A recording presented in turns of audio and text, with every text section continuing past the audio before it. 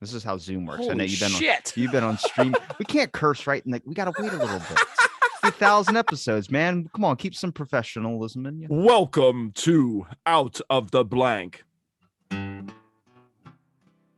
Your mic cut out, right? What? Your mic, like what we is started this? Strumming the guitar and the mic what just do you stopped. mean my mic cut out? It's the reverb. Hey, all right. The thousandth,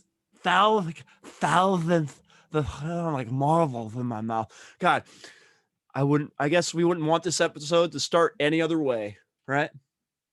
Welcome to Out of the Blank podcast. This is where I'm going to cut and edit and do all my. I'm not kidding. It's going to be a 3-hour episode. You called it from the very first beginning. You said, my name is Mike Lando Ferrando. When we did our first episode, after the episodes we've done, you called number 1,000. I'm giving you number 1,000. You're someone I care about.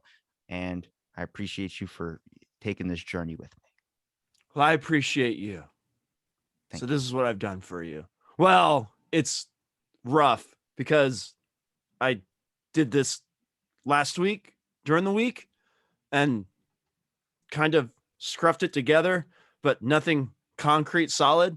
You're talking like C3PO. I love you're like, I made a song that do you want me to sing it like that? No, I'm good. I can't sing. All right, here we go. There we go.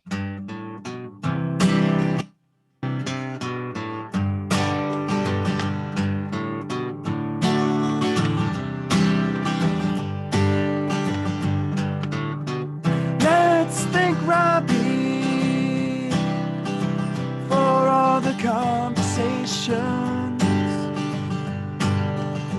What a great host, bringing you daily episodes.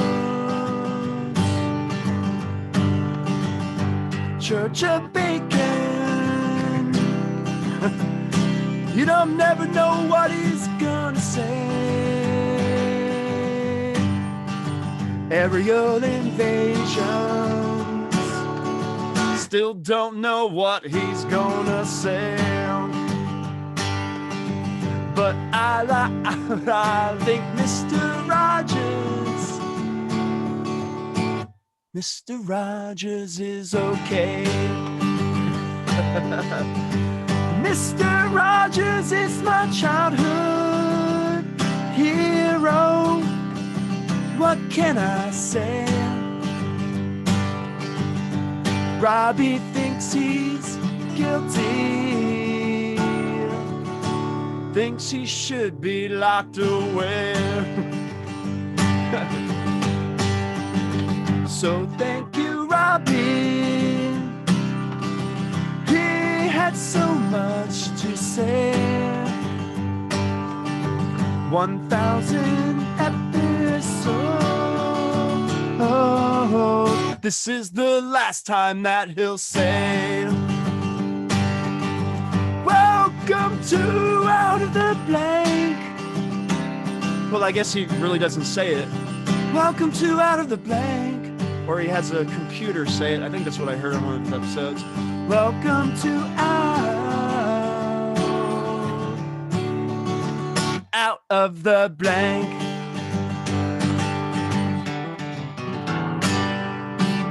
You are supremely talented at writing songs. There you go. That had me tearing up, man. I really appreciate that. That was just, I wrote that for you. And when I do 1,001, I guess I'll have to change the show name because it.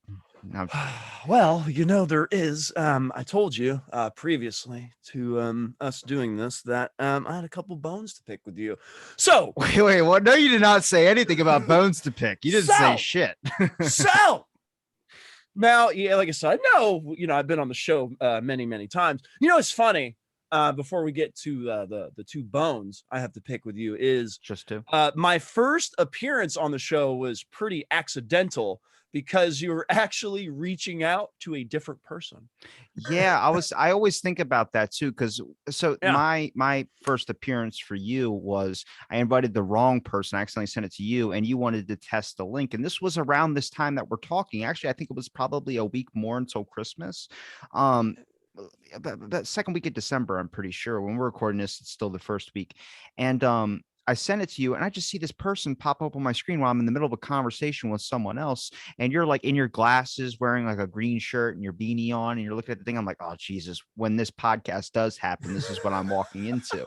But it was great from there. Like we got over that, and it was, at least I thought it was a fun conversation. And then here we are, what, like 900 episodes later?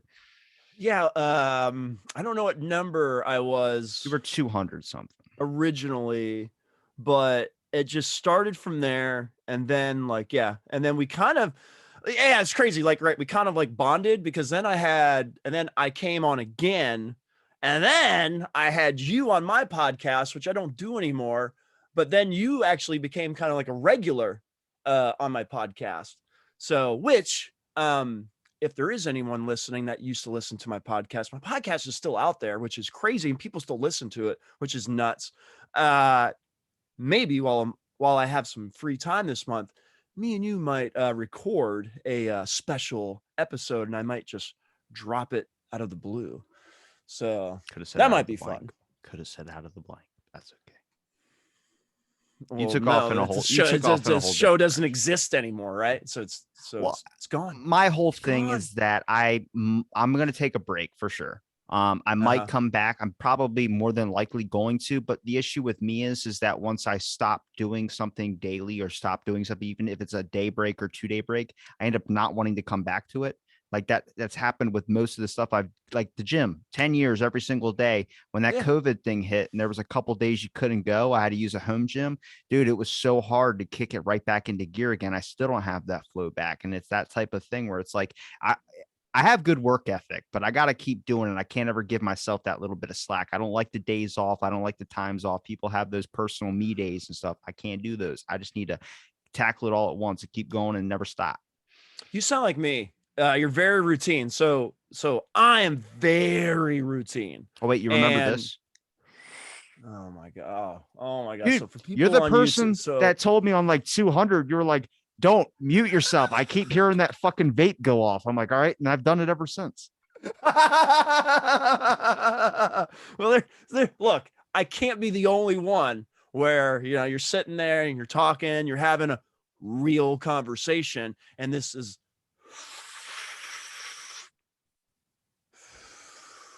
blah, blah, blah, blah, blah. We're trying to get families. We're trying to get families at the dinner table to spend more. That happens in real life, though. You'll be in the middle of a conversation and someone will pull out a fucking bong and start ripping it in front of you. Like, Jesus Christ, we're in a goddamn mall. All right. So, bone number 1. So we're talking about, maybe you coming back and doing episode 1001. Well, I'll tell you, out of the blank, listeners and viewers, I'll tell you what episode needs to be 1001. It needs to be Robbie and Lando, the lost episode, which he never posted. Yes, there's a lost episode with me and Robbie, which he's never posted, which I thought was amazing. And Robbie's like, no, man. So like bone number 1, Lando and Robbie's lost episode. Why? Let's just get all the dirt out there. It's gonna make me look like a certain way, Lando, and I just don't know if I want to present myself like this. Because in some way you flipped the conversation to make me sound like I was pro animal testing, and I'm not pro animal. See, now everyone wants to know, and now everyone's gonna want to know the conversation. Well, that's the issue. Is I just deleted it like last week. I still had it saved all this time. You deleted it. I had all it saved. I only have one saved still, and it's that the 3-hour flat Earth episode that I just love watching because my own amusement from it. But I mean, yeah, this is like the stuff, like I love reminiscing. Like I think now it's starting to hit me about the 1,000 mark. Cause yeah, it is a small little thing, but I mean, just our relationship has gone, what, 2 Christmases, almost 3 Christmases now through that. And then we've been through a bunch of different shows. I've watched your show turn into a whole entire Tobey Maguire show now, which is it's interesting. Mostly I'm seeing memes of that everywhere now because of the new Spider-Man. Because of the new Spider-Man movie. I don't want to talk about that on my 1,000 episode. How dare you bring Tom Holland into this goddamn conversation? Well, you look just like him. Okay. God bless. All right. So there's bone number 1. You call up your IT guy. I'm sure you know somebody in the out of the blank universe that can find our lost episode. And so everyone can hear our lost episode. Let me check. Everybody, I will bug check. Robbie. Let me check Bug my him. recycle bin. Yeah, bug Robbie. I don't ever clear my Tell recycle him to bin. release our lost episode. All right, so bone number 2. Well, and this one's just kind of like between me and you, which we've talked about several times every time I've been on the show. Look, Mr. Rogers, at the end of this 2-hour, 3-hour conversation, you will tell me Mr. Rogers is a good man. Okay? We're gonna have to go another. He's not a 1,000 then. criminal. I can't do that. He's not a criminal. He doesn't do anything bad. This man is a saint. Yeah, it's and you gone. can't find. Look, you've done 1,000 episodes. Have you found anything yet? Have you found anything? Every time you think you find something, you're just like, oh, no, saint. No, he never did anything to anybody or children, or he's just a good guy. I'm sure Walt Disney was everyone says he's a great guy too, but I don't believe that either. I think there's an important part about preserving the future minds of our children. But I mean, you give your kid a cell phone, you're technically opening up the door of your kid probably going to come across some horrible stuff. I think the thing about Mr. Rogers and Walt Disney, that's a common correlation of these two. It's kind of why I link them in together in my head, No. is they wanted the preservation of future generations. But the issue is that Walt Disney's got his hands in a bunch of different things. Now, it's not him per se anymore. It's now his company. But I think this all eventually happens. And I think that we just don't know all the there's more exposure on all these corporations now to be able to pay attention to like the basic kind of greediness or business aspects. I think people get really tied together with business and then personal. So like Papa John's, the man I called for the longest time was like a cult leader, or he was more realistically probably like an alcoholic. I'll give you that. Now they got Shaq doing Papa John shit.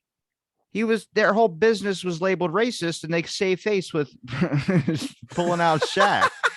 Like, I mean, I just think that people are conflating. Like when I heard this about radio for instance, from Anthony Cumia. He was talking about how like before you would work for these radio stations. Now, if you said something or you talked to someone and someone said something in the radio station in public would slap you on the wrist, like, you can't do that, you're going to take some time off. But behind the door, like, that was great for our ratings. It was all about fucking ratings. They didn't care. But then when you started transferring over to these companies, you had to be careful on what you actually did say, because if you said this about something like this, which I link in with the media, remember Anchorman 2, where the guy was like, look, we're going to talk about all those airplane crashes or those parts that are falling off. And the guy who owned that 24-hour news station also owned that airline. And he was like, you can't run that story because it's going to mess up business. That's everything now. Everything is so tied in together with anything. That's why Disney, for instance, they got their hands in so many different things. And next thing you know, they won't talk about a certain COVID thing because Disney's making a movie about it. I don't know. No, because Disney owns the world, right? So it's kind of like Amazon. I mean, it's crazy. Someone said this to me that, because I work at, I'm a part-time job again right now. It's FedEx. And somebody asked me, at FedEx, they're just like, boy, do we get any Amazon? And it was a new person. Do we get like Amazon stuff here? And I was just like, not really. We get a little bit, but like, and the guy goes, yeah, Amazon's pretty much kind of a corner of the market. And I said, yeah, they said these big corporations, man. Amazon, example, now they have like their distribution centers, their warehouses, and then they have their own delivery people, which you hear those fucking horror stories about them pissing in jars and shit, running them fucking rampant, like the fucking Asian kids that are making all my Star Wars toys. Right? They're making, they're running them like, it's like running them, till they. You got to deliver 100 fucking packages or you're fired, and they're scared to like lose their jobs. Oh, funny. See, this is what's funny about me and Robbie. This is how our brains work. It's just funny because I heard the story, man. Speaking of delivering packages, just so happened I never have the fucking news on, but I was cleaning my house yesterday and that's just what was on the TV. I turned the TV on. I didn't change the channels or nothing. It was just on like a local station. So the news was on just in the background. And there was a story where people are, every year people try to steal packages off of people's doorsteps to get delivered. So this was the story. So there's people following the UPS trucks. So now it's like this big elaborate plan. Like it's a setup. They're following the trucks. They're waiting for the deliveries. And then they're sneaking up and grabbing them like in the first like minute. of them delivering the packages. So it's all part of like this scheme. And so like I just heard that and I stopped and I paid attention. I was like, wait a minute. What if the UPS guys, you want to talk about conspiracy? What if the UPS guy is in on it? And then all of a sudden they go back to their fucking house and they have their house loaded with fucking people's Amazon packages and then they sell them on the fucking market, right? That's real. That's a real story that did It's a happen. big scam. That's actually happened multiple times before. There's been stories over countless of years about like UPS people working, saying, "Oh, I got robbed. I got this." That's actually a plot line for a lot of armored like car movies as well too. When they're doing the armored trucks, they're working with the people that rob the armored vehicles. Yeah, Like inside jobs. y- Yeah. it's just creepy. I think it's going to push it all to automation, to be 100% honest with you. I just watched that new robotics video, which is just scary as hell. The most realistic robot ever that was released in the UK. I don't know if you saw that before. No, dude, I think the same thing because at FedEx, right? I basically stand in one place and I flip boxes to make sure the labels are up or on the side Doing before they good go on work. the conveyor belt. No, dude, I was actually thinking about this the other night and I'm thinking to myself, could a robot do this? Could a robot detect Yeah. where the label is on the box and just be like, zoop, zoop, and then like, I don't have a job, right? Like that job is gone out of the building. Yeah, but I think since the last time we talked about like what happened with the FedEx thing nearby you, the one that had that giant. No, I'm at that one where the shooting was. I know, Yeah. but since that shooting happened, I'm surprised you guys aren't able to carry a gun. Yeah, no. Now look, it is like a fortress. Like you have to scan your badge to get through the spinny thing, and then once you get inside, completely different. So they completely. So before, like I told you on the last one, it was just this itty bitty locker area, and you were trapped. Now it's kind of bigger, open, and now they have like an X-ray machine. So if you bring anything in, you have to put it through an X-ray machine, and then you have to scan your badge again to get into the facility. I've played this a couple times already, but Oh my this is the new lord! robot thing. Check Is out. this 3P? Is this 3PO's girlfriend? Look at it. Watch. Look at that. What the? Watch that one in the background. It moves its head. It's watching. What? Watch. Watch him. Look. What the? He looks over. He's like, yes, he's learning. He's learning. He's going to shut it the fuck down, Mike. Shut it down. Yeah, like I say, this start, it's like the Matrix, right? Then the robots are smarter than the humans, and then there's a robot revolution, and then then they take over. They're gonna get robots to just replace people's jobs, and I think people feel like, no, they're never gonna do that. It's like, why would they use you, the most expensive and probably bitchiest option, when they can just do it for way cheaper, which a lot of stores do? What, they have to hire one actual person just to maintenance all the machines. I mean, if it's faster and effective, we saw that with the pandemic. What, everyone started working from home. They just decide, hey, if people are more effective at home, let them stay home, which is good, but it opens up the door for like laziness. People who are, especially if you own a business, want to make actual meetings and just have people in the building because that's how we've always done it. Now, is that necessarily going to change? I don't know, but I don't know. It's leading down. So we can talk about a lot of things. It has changed. No, dude. Life has changed completely. And because of COVID and now Omni, whatever, and then there's this strain, and then there's probably gonna be like 20 more strains. So they just want to keep giving us shots every year. And then like you said, one of those shots eventually is gonna be like a tracking chip and a microchip that's gonna like chip us some way, shape, or form. Right. You want to go down like rabbit holes. I have never said shit about microchips. Don't put those words in my mouth. No, whatever. You talked about microchips in your brain. I talked about the neurochip, the neuro thing that Elon Musk was making, but I never talked about this thing being microchipped. I said that's possible. That's a conspiracy in its own. The little nanotech, right?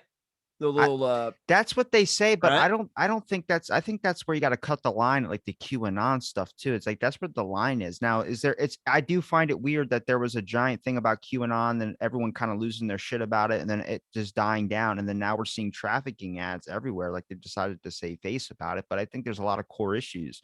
I just think when you dive too much into this, you end up becoming kind of like how Alex Jones kind of snapped, is because you end up thinking everything's a conspiracy. It's like imposter syndrome. Like saw a video of a guy on TikTok talk about any person that you meet in the world that's not a personal relationship, like how me and you talk back and forth, like because we stay in contact, just a random person. He goes, they're Yeah. basically NPCs. They're non-playable characters. He goes, you can say whatever the fuck you want. You can do whatever the hell you want. So he walks into a mail office. He's like, can I get some coupons? He's like, I'm at a post office right now recording himself.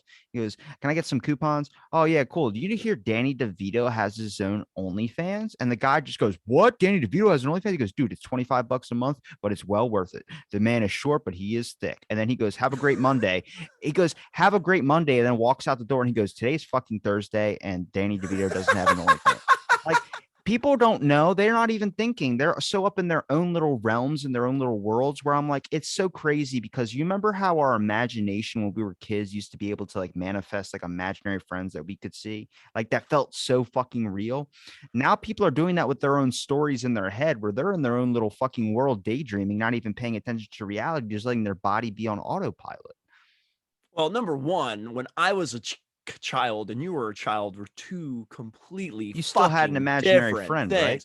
No, all look, all we had was our fucking imagination back when I was a child, right? There was no social, like I was listening later over here and fucking talking about TikTok. I don't even watch, I've never been on TikTok once. And you were fucking talking about TikTok and you're just like, oh, I get on the toilet and I'm fucking watching TikTok for an hour because my ass is numb. And I'm That's like, Mark, man, not me. That's Mark. no, I get it. I get it. But like, and I get that, right? Because you get in the, like you said, you fucking start playing your fucking game. I heard you. I've never been on my phone so much before. It's because of this damn game. My And like, yeah, eyesight's man. gone to shit.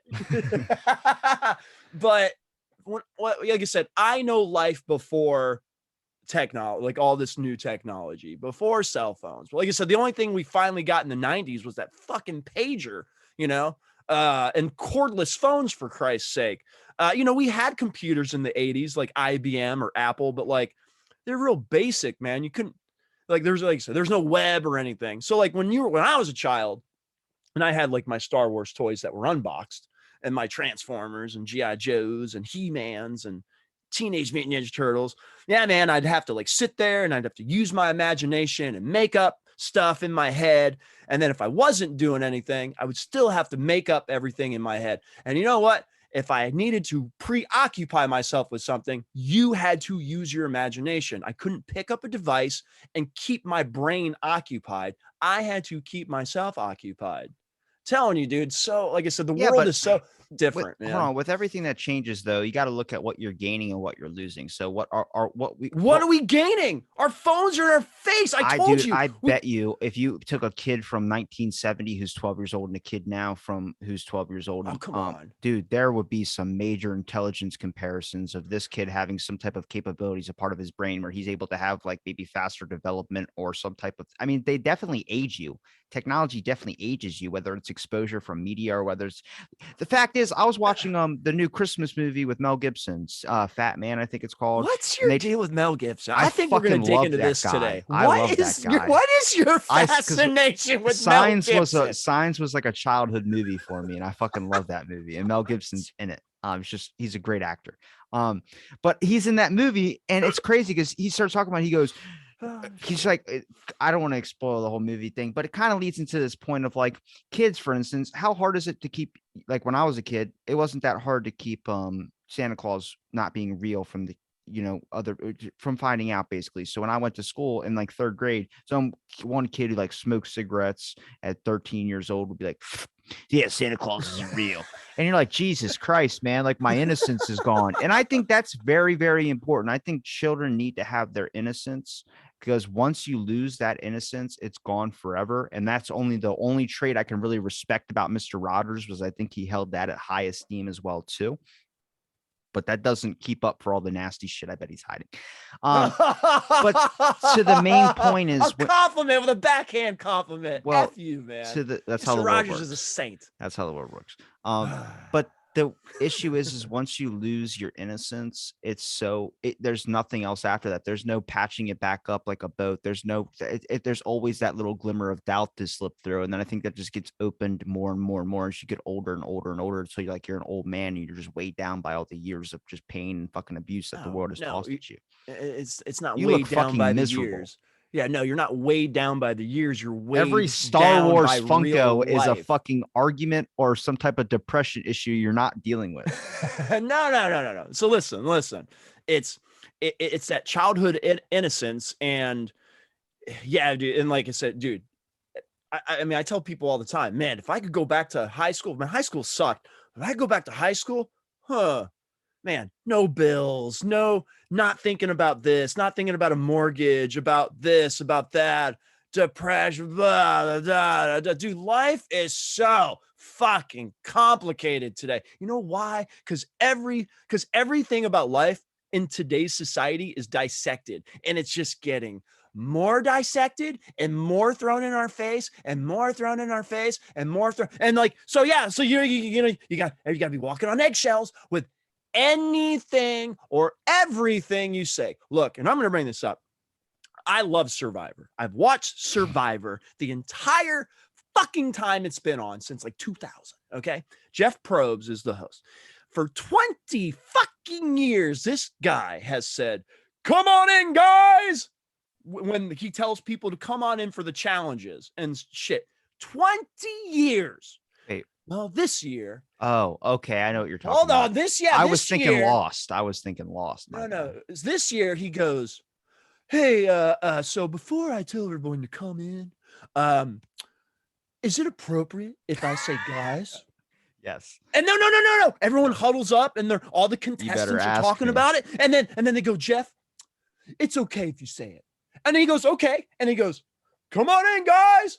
Okay, so episode number 2. Come on in, guys. Jeff, before we start the challenge, we were talking about it again. And yeah, we don't think you should say guys anymore. It's offensive. I call everyone dude, or man. So now he just says, come on in. Come on in. He's been saying this fucking phrase for 20 goddamn years, and it has nothing to do with being fucking guy, women, discrimination. It has nothing to do with anything. He's just saying, come on in, guys. And it's a fucking phrase, and it's always been part of the show. And now, because everyone wants to dissect every fucking thing we say, you can't say guys to girls, you can't say girls to guys, you can't say this, you can't say chocolate, you can't say vanilla, you can't say anything. Well, I think the last time we were on, you can. Yes, you can. No, the last time you were on, you were telling me all the PETA things were right because they were changing all the slogans that we. Yes. That's what I'm saying. Like everything you say anymore, you offend somebody. Like, so? What is the world we live in? The thing is that I think you can say whatever the hell you want. You just have to understand that some people are going to react a certain way. The issue is that why? When you look at these because people want to find a way to be upset about something. People want to do why? That's what I'm saying. Why? Because why? Because they can, man. It's a free world. You're able to do so. It doesn't. I get it. Yeah, I get it, but the issue. Why be so negative all the time? I think it goes to another point when the issue starts to become like what I was talking about with Anthony Cumia when he was talking about how like radio, if you said something and you realize that this company has laundry service, but this company that deals in services with this company kind of messes up a whole chain thing. But then you actually started getting fired for the things that you were saying rather than a slap on the wrist in public and behind the curtain, a pat on the back. It's because now like you start realizing it's going to mess up a bunch of their businesses. Now you're tying in business with the entertainment value of a show, but then also with the entertainment value of the show is you can say what you want, man. There's plenty of people out there that say some risky shit and don't give a fuck about what their career is. That's the thing is that are you going to let something control the words that you say? That's my only issue with the way the world has been going is that I feel like there's a lot of people, especially during this pandemic, that are not being their true selves. They're afraid to say something. They'll say something behind a curtain, all because they're in fear of losing or messing up something. Like there's so many people that are involved with like all these laws that get passed and all these things that happen where they could easily step up and say, no, you can't take the guns. No, you can't do this. No, you can't mandate this. No, you can't pass that. No, you can't focus on this. But they're afraid. And you know what their answer is? Their answer is, I don't want to lose my pension. The fact that your job is now linked in with your pension, your thing of survival, that influences thought, that changes thought, that messes up things. The same thing issue I had with censorship. Now that's actual human, realistic life censorship that you're afraid to act. the one job I was at when we talked, when I quit that job, the hotel one, the Yep. the one person that's been there for 30 something years that could have easily put their foot down and helped me out because she saw I was getting like obviously cut out of the whole entire job thing, didn't say anything because she was only a couple months away from retirement after all those years. Why would she risk that over someone that she's only known for like 2 years? It doesn't make sense. I understand it. It's business and personal. And sadly, you've let business influence the personal where people aren't going to do the right thing or step up in cases, even if they see why is there so many videos where a guy is at a bar and a girl will drug his drink and then nobody will say a fucking word. But then if it's the other way around, everyone will step the fuck up. You see what I'm saying is that it's very, very weird flows of what we consider morally right and morally wrong. People say one thing and they do a whole nother thing. It's kind of like politics. People will say one thing and then they'll vote another way. Yeah, well, that's the no, and that's my point. That's the world we live in today. Lack of right? authenticity, I guess. I don't know. I mean, I understand it. Yes and no, because like you said, like okay, so Dave Chappelle's a good example. I know you watch Dave Chappelle, and I watched his new special. Yeah, man, it was Wasn't that edgy, good? and yeah, it was all right, but like it was still edgy, and he's still giving the finger to people and stuff. But like that's all I'm saying. Like if I turn something on and I'm watching a comedy show. I mean, come on, man, look at the old comedy. I don't know if you've ever seen like the old Richard Pryor, Eddie Murphy comedy shows like back in the 80s. Yeah, man, like you said, you're watching entertainment, it's entertainment value, and they're just trying to be entertaining. Yes, they say offensive things and stuff, but it's for entertainment purposes. And if I'm entertained, awesome. But then like you're gonna get like right, and then you're gonna get a million people like me that love it, but then you're gonna get a million people that are just like, oh, he's saying something about the gay community. F this guy. Well, wait a minute. Like Is that still a thing? What, the gay community? Yeah. What do you mean? Because I've seen multiple people talk about you're homophobic if you only care about your male or your gender's genitalia. My grandma was like, wait a minute. Like, so I'm lesbian.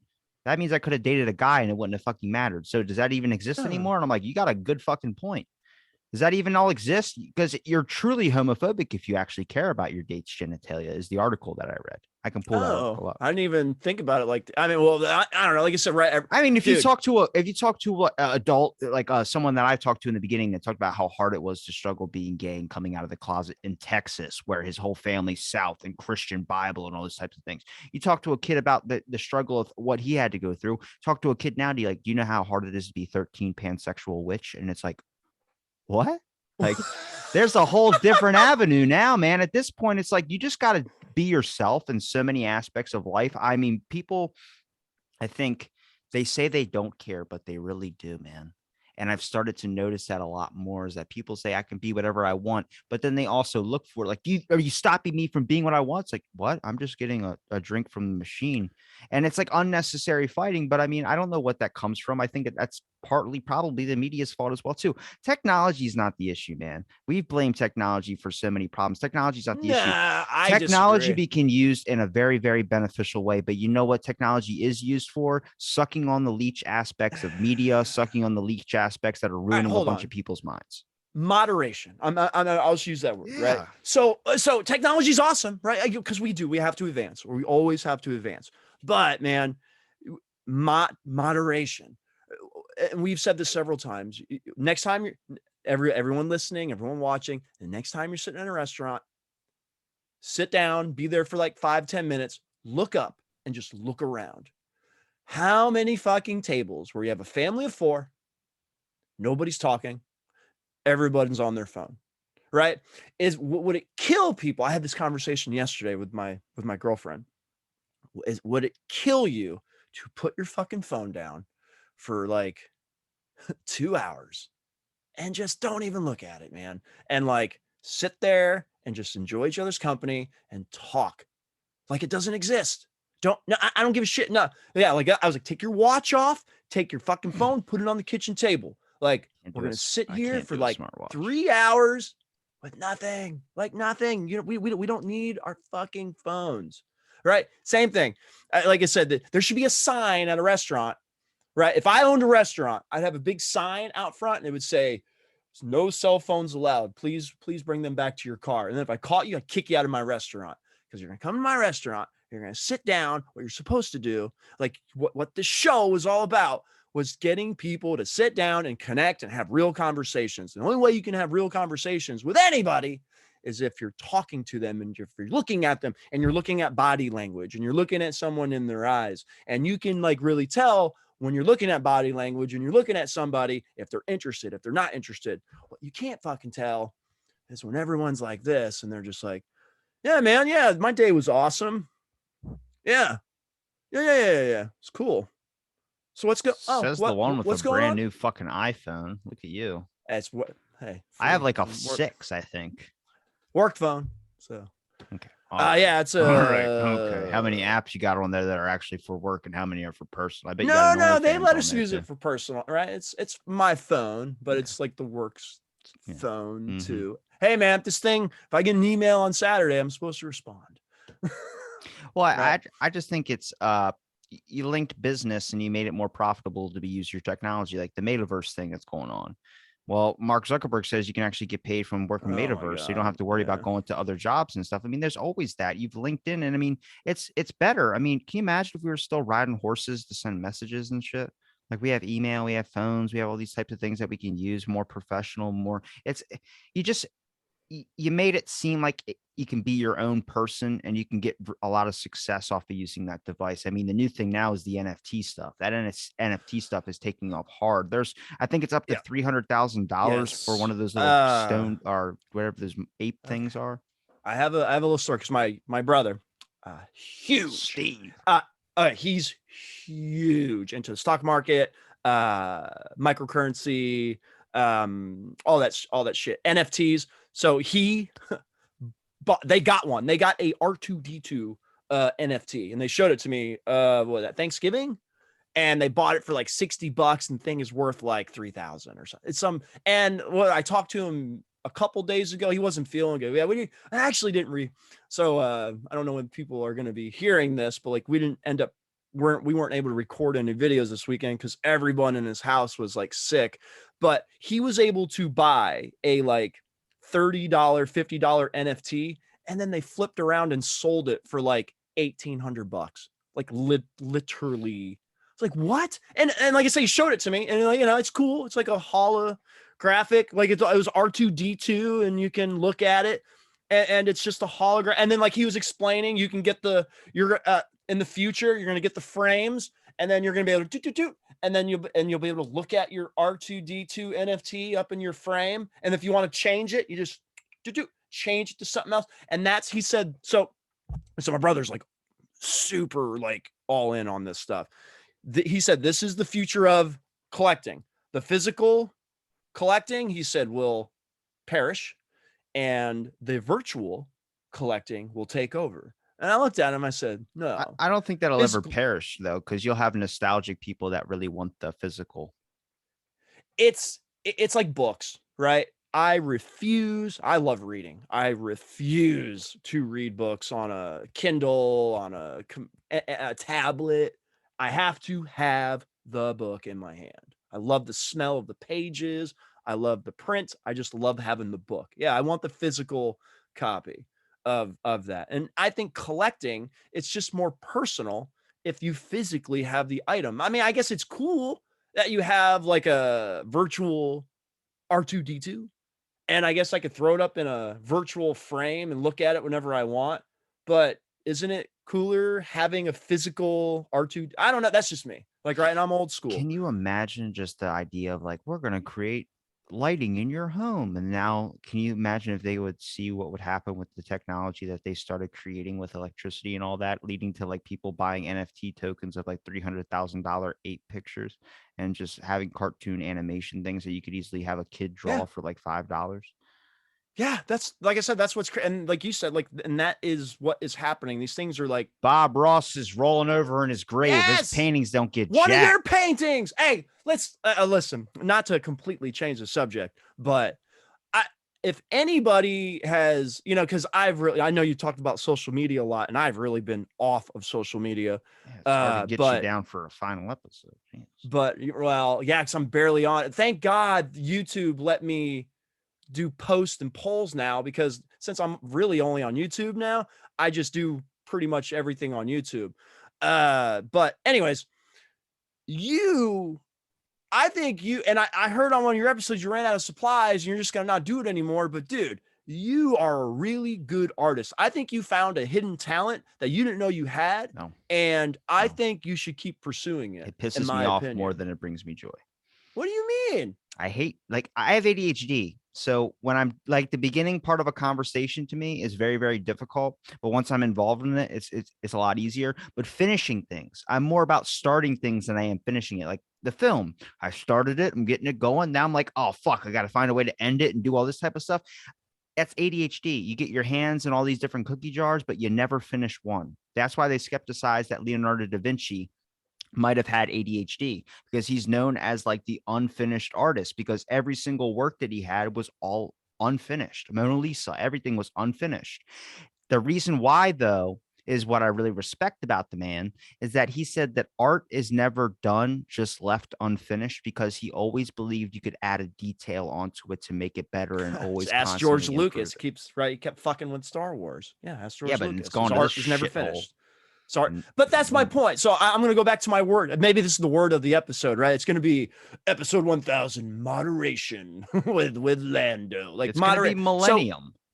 Millennium. So if you use your art, 1,000 episodes doesn't happen with everybody, man. I know. I feel so special. That's like a rare. No, it's not. I mean, which is a podcast though, hitting 1,000 episodes. That's a No, that's rare select absolutely few. amazing, dude. It's absolutely amazing. And I'm flattered that you thought of me, because I would think you would probably want your Power Ranger. That dude is amazing to listen to when he's on the look. I sorry, I don't know your name, but it's the Jason. Power Ranger, Jason, the Power Ranger guy. I absolutely love your episodes with Robbie. They're probably the most entertaining episodes I've ever heard. Because that's what you like, Out is of the he blank. doesn't care what people say. No, he is unfiltered. No, that's the thing. Is like, if we got to get back to a point where we can sense intent on things, and people can't sense intent anymore. People are more about thinking and getting angry about so much stuff, because I believe it makes a lot of things go by the wayside. Like I've talked about recently, is that I think more people are more worried about the boot that's on their neck rather than the person that is putting the boot on their neck. And I think there's a lot of core issues that we've just been letting go by the wayside. Like there was that recent march that was trending in Washington, D.C. A bunch of people were trending it with KKK. It was a frontal attack type thing. It was a bunch of guys with American flags stomping through. It was supposed to be some type of racist movement, they were calling it. Dude, I smelled Fed so fast. If you look at any of these fucking people, they look like feds. They look like cops. They look like military people that you would see just walking in public or something. You know, the ones that wear like the fucking American sniper shirt or whatever, the fucking Terran tactical, whatever the hell you want to call it, with the Punisher thing, and they have a forward cap. They all looked like that. And a bunch of people were saying, oh, Fed, because they went from the race narrative with these trials to the COVID new variant, then none of those stuck. Then they just go and do this shit. I'm not above the government doing that. This is where I start getting like really fucking interested in, like, I think society's in this, like, we're doing amazing things with tech, but I don't know if people are using it in the best of advances. And I don't think the technology that they're creating, that they say that they're creating it for, is really working hard to make you use it in the betterness of society. I think it's more about keeping you mindless and kind of away from everything. And I think most, you talk about what do you gain and what do you lose? Accepting that device and that communication through Zoom, or that communication through a cell phone, or that communication through text, you lose tone, you lose sensing out like a person's vibes or empathy or some type of connection that I believe that we all have some type of frequency that we tone into. That's why about 30 minutes into a conversation, we'll get on the same frequency and we'll start ranting about the same exact shit. I know with proof for doing 1,000 episodes is that you get hooked in with that. It takes time. And sometimes if you're not willing to open up that frequency channel, then it's hard for you guys to hit the same frequency. But much like if I'm thinking about you and you're thinking about me, then I send you a message like, hey man, just checking on you. Hope you're doing all right. Man, I was just thinking about you. Frequencies, man. It's that I believe there's a bunch of that shit scattered in the air, and everyone gets on their own different frequencies and their own different trains. But now people are using like tribal mind think to change and get everyone stuck on the same frequency. And once you maybe bleed over a little bit, they go, get the fuck out, and they push you out. And then you are seen as a condemned enemy. I don't know what that is. I think technology might incentivize it as well too, but I think it's a whole chain reaction of issues that this world is dealing with. And I'm not going to be the person that tells you the answer to fix it. I'm not a philosopher. I'm a fucking jackass with a microphone. But I'm thinking about this shit a lot more, man. I'm studying ancient like history and shit just to look at like some basic functions of we're not so fucking different. Are we as advanced as we say we are? Are we still doing the same shit, but we just have bigger toys? And that is what it's kind of come to the conclusion of. Yeah, no. Everything, right, goes in cycles, right, and everything seems to repeat itself. That's like human history.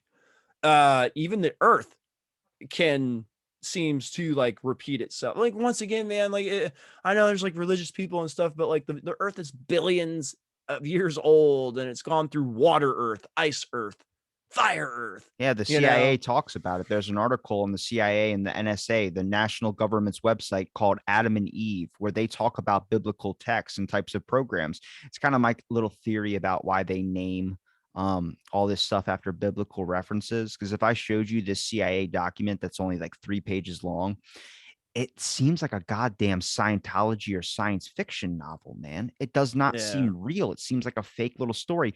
Dude, it was a real project where they made these giant machines that were giant 40-foot tall machines with like covered in giant tubing that would destroy these Nazi subs and shit. It was fucking nuts to read this, but it's on their website for you to look up.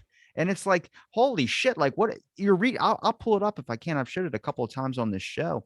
I mean, it doesn't sound too far fetched from Scientology, right? With the aliens and dropping eggs in the volcanoes and stuff. So, I mean, Yeah, but that's the thing though, is that when you hear Scientology talk about that, it kind of goes into this aspect of okay, whatever, it's fucking Scientology. But this is the CIA doing this shit, and you're like, what the fuck? So let me know when you see what I see.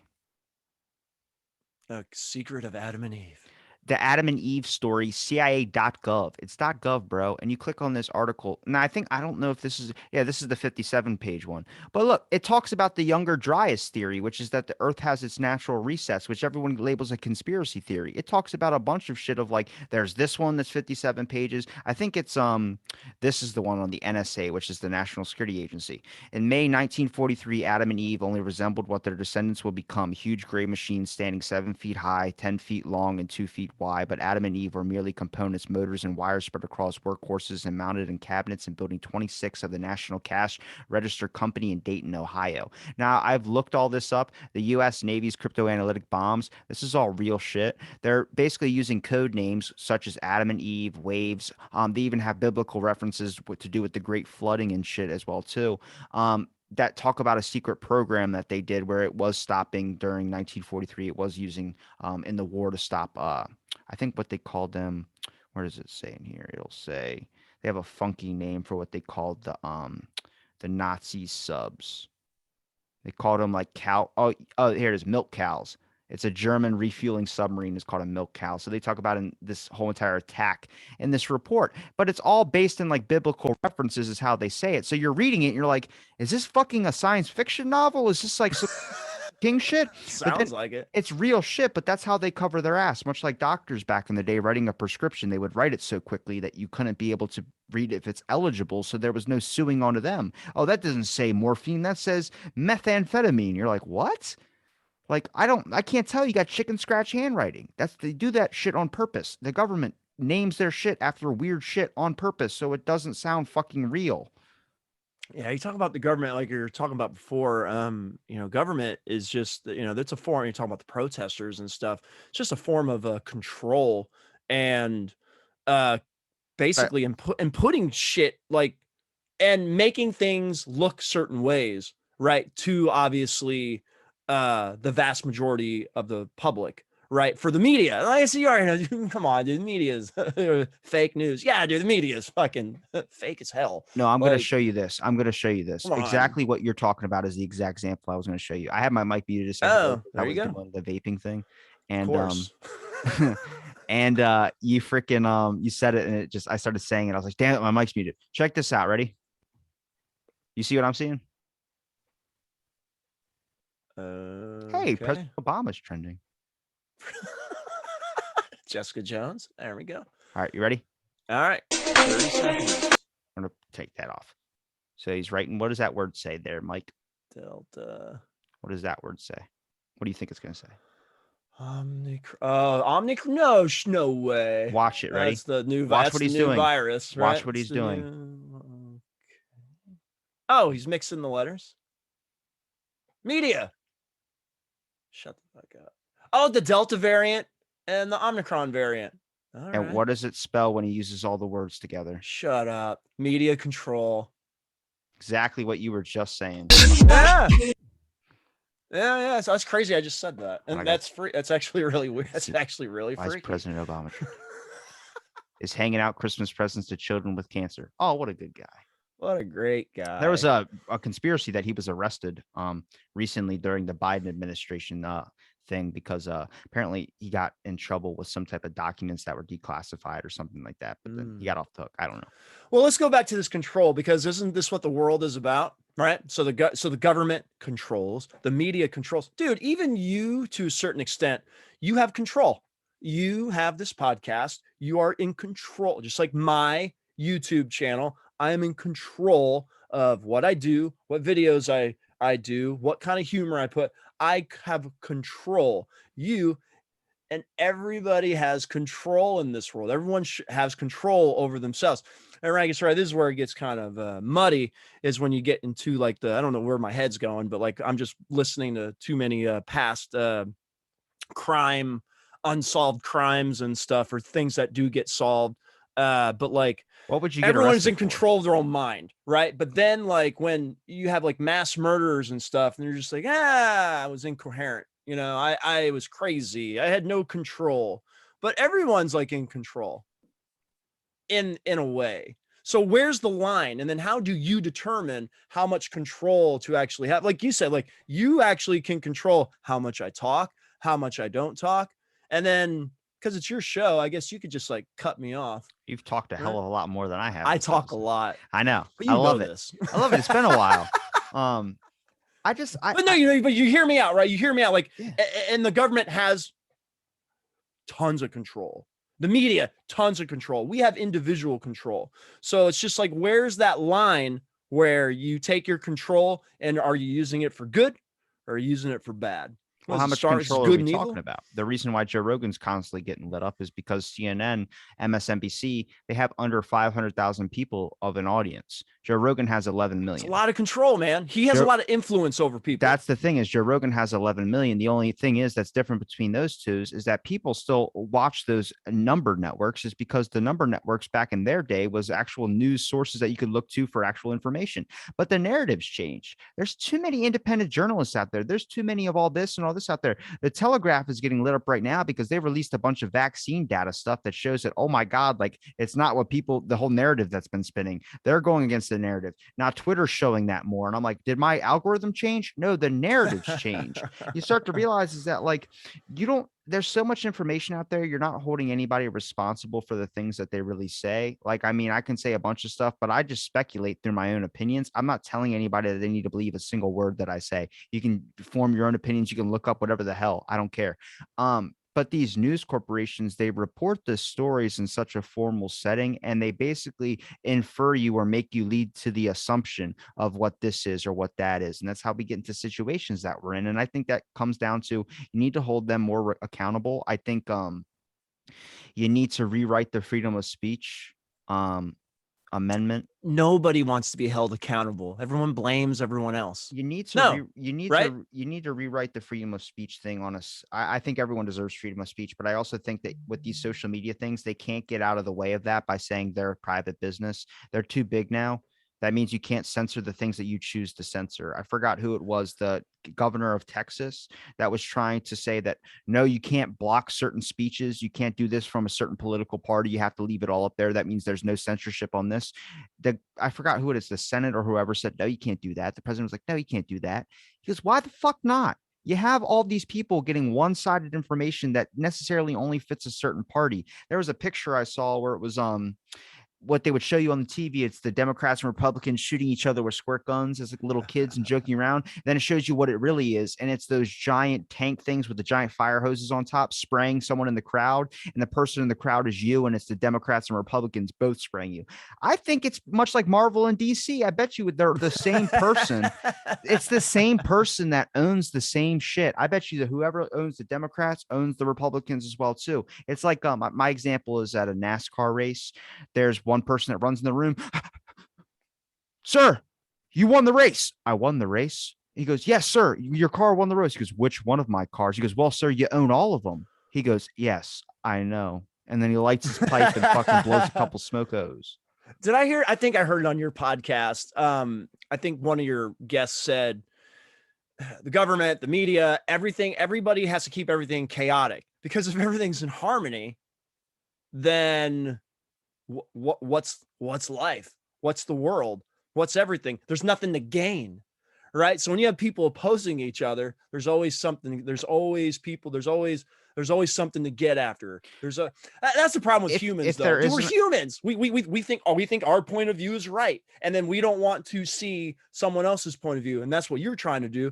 You're trying to get people to be like, "Hey, man, just open your ears and your mind. Stop trying to loophole me into this. Don't suck me into that loophole. No, you. Hold on. What I'm saying though is with the right media thing. With the media thing, for instance, the idea is like brainwashing. There's always has to be this issue. There always has to be this. You notice how they have found something where they know the issue and they can control the issue. I think I'd rather have that than no issue at all, because then what do people do? They look for an issue. It's much like when you're sitting in your house and there's no bills, there's no remodeling, and someone goes, we should really remodel our kitchen. Then after spending 3 years and like $50,000 in debt to remodel your fucking kitchen, you get it done and then you just end up moving. It's like, fuck, you just did all that for nothing, because everyone needs a task. And now the task isn't just about living. The task isn't about having fun. The task isn't about doing the things that you want to do. It's now stopping the people who are stopping you from becoming of who you want to be. And necessarily, they might not even be stopping you. I've seen so many people go, what'd you say? And the person's across the street walking his dog like, hello? And the guy goes, fuck you. And he goes, what? What did I do? I'm watching my dog take a shit, and I'm going to pick it up when I'm done with it because I'm a good human being. And the guy goes, you're stopping me from doing what I want to do. And it goes, what am I stopping you from doing? I don't know. You're standing there staring at me, making me feel self-conscious. That's what it leads to, is that you start looking for a problem necessarily. You start looking at maybe that person's stopping you from being the person you're supposed to be. And I think it's much bigger than that. I think the world is set up in a way like the Truman Show. Not that we're all on camera, but I think that this idea that we're a pro mental health country, that the world or the government is out there to take care of your mental health issues, take care of your family members, take care of you as an individual. I think it's all a fucking lie. With the entrepreneur recently, like, remember during the pandemic, they were really pushing like be your own entrepreneur. The world's been saying that for years. Then people did it and they're like, I guess I wasn't cut out for it. And they fucking stopped. You know why? Because all the corporations are already too big. They're already up there dominating the market. It's set up as a disguise as a pro mental health country, but they don't do a fucking thing to fix your mental health. $100 million or however much money gets lost to Balasio's wife for a mental health fund. They don't know where the fucking money went. Someone should track down that fucking money. They don't care. As long as they toss money and they act like they're fixing the issue, they never get it fixed. That's the thing that people really need to start waking up, is that the only person that's going to get you up and get you to your job or get you to whatever you want to do is you. It's you. But they look for daddy and they look for mommy. They look for AOC. When I see AOC on the screen, I am stricken with fear, but I am aroused at the same goddamn time. And I'm like, oh God, she's so scary, but damn it if I don't like it.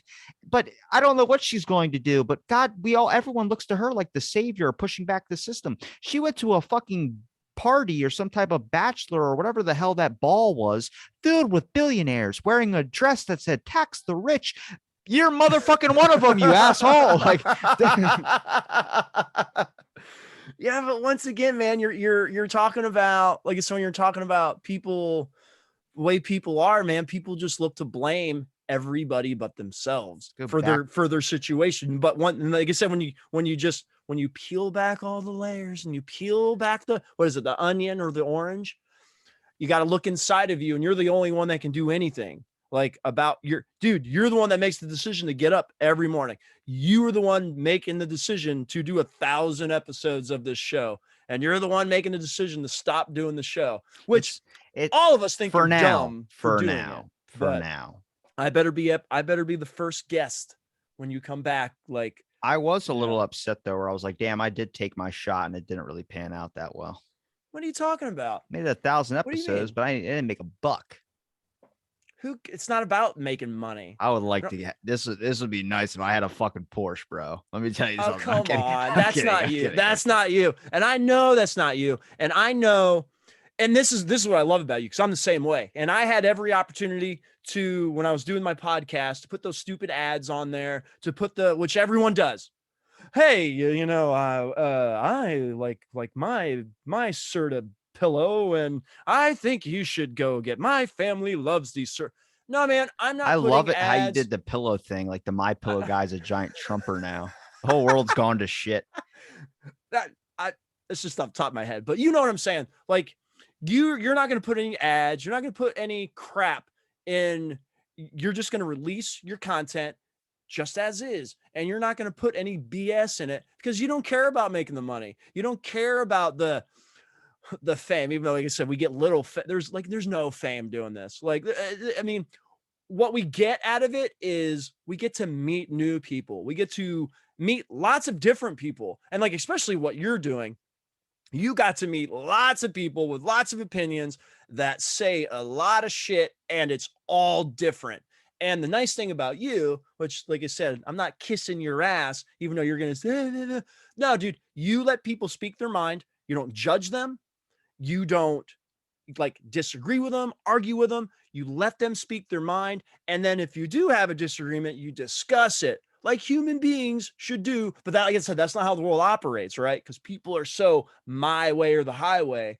And then that's where you get your conflicts. That's where you get your rifts. That's where you get your enemies and your fighting. If people like what you are trying to do on your show, if your show blew up like Joe Rogan and you had 11 million fucking people listening to Out of the Blank and they heard statements on a daily basis, open your mind, be more mindful, try to listen to people, just try to listen to their perspective for 1 second instead of your own. Just try to, dude, we're all guilty. There's situations where I know my way, and just like, all right, let me hear you out. You got to stop and like think about things. And we're not all perfect, but we all have an opportunity to be better.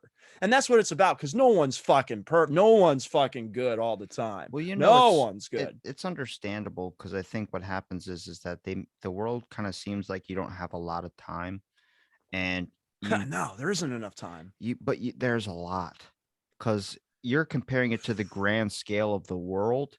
Compare it to your own lifetime, even if it's tomorrow is your last day, or maybe it's 90 years later.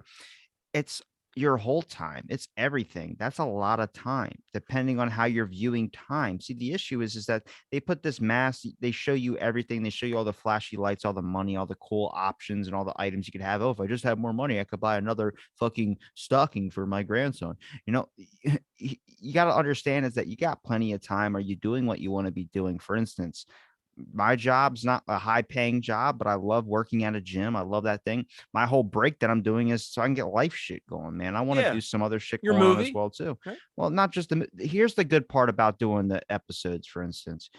When I sent this, all the little clip recordings with literally, I just asked all these past guests where I was just like, it's a film. What's the film about? It's a Robbie film. I just got to ask that you trust me. And they did. And they did. And I would never do anything wrong with that, where I would never try and lose their trust. But they understand it. They know how this show goes. They know me. They understand the grasp of the personality.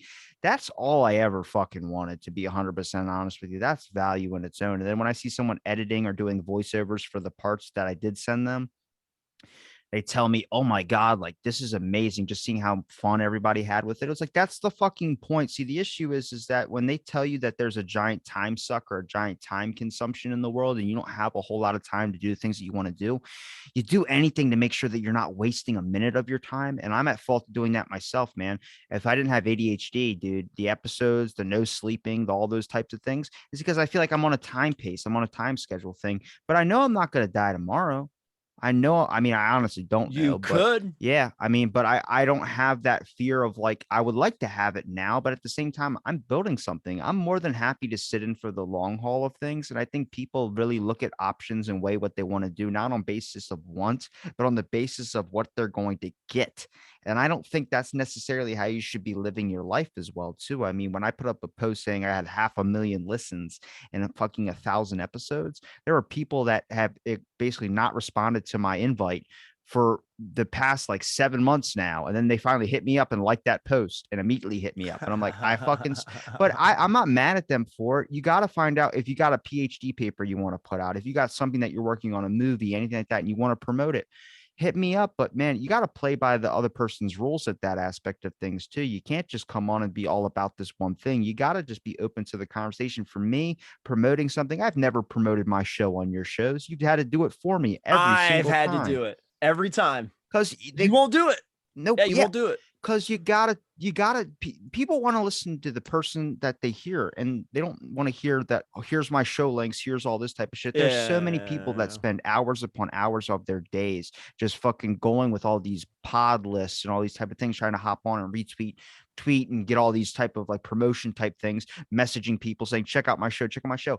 Well, they got to fucking like you before they want to check out your shit. And even then, it's hard for people to fucking check out your shit. I think we all have friends and family members that don't listen to our fucking shows. You know, they Oh, like you, but yeah. they just don't have the capacity to want to listen to you like that.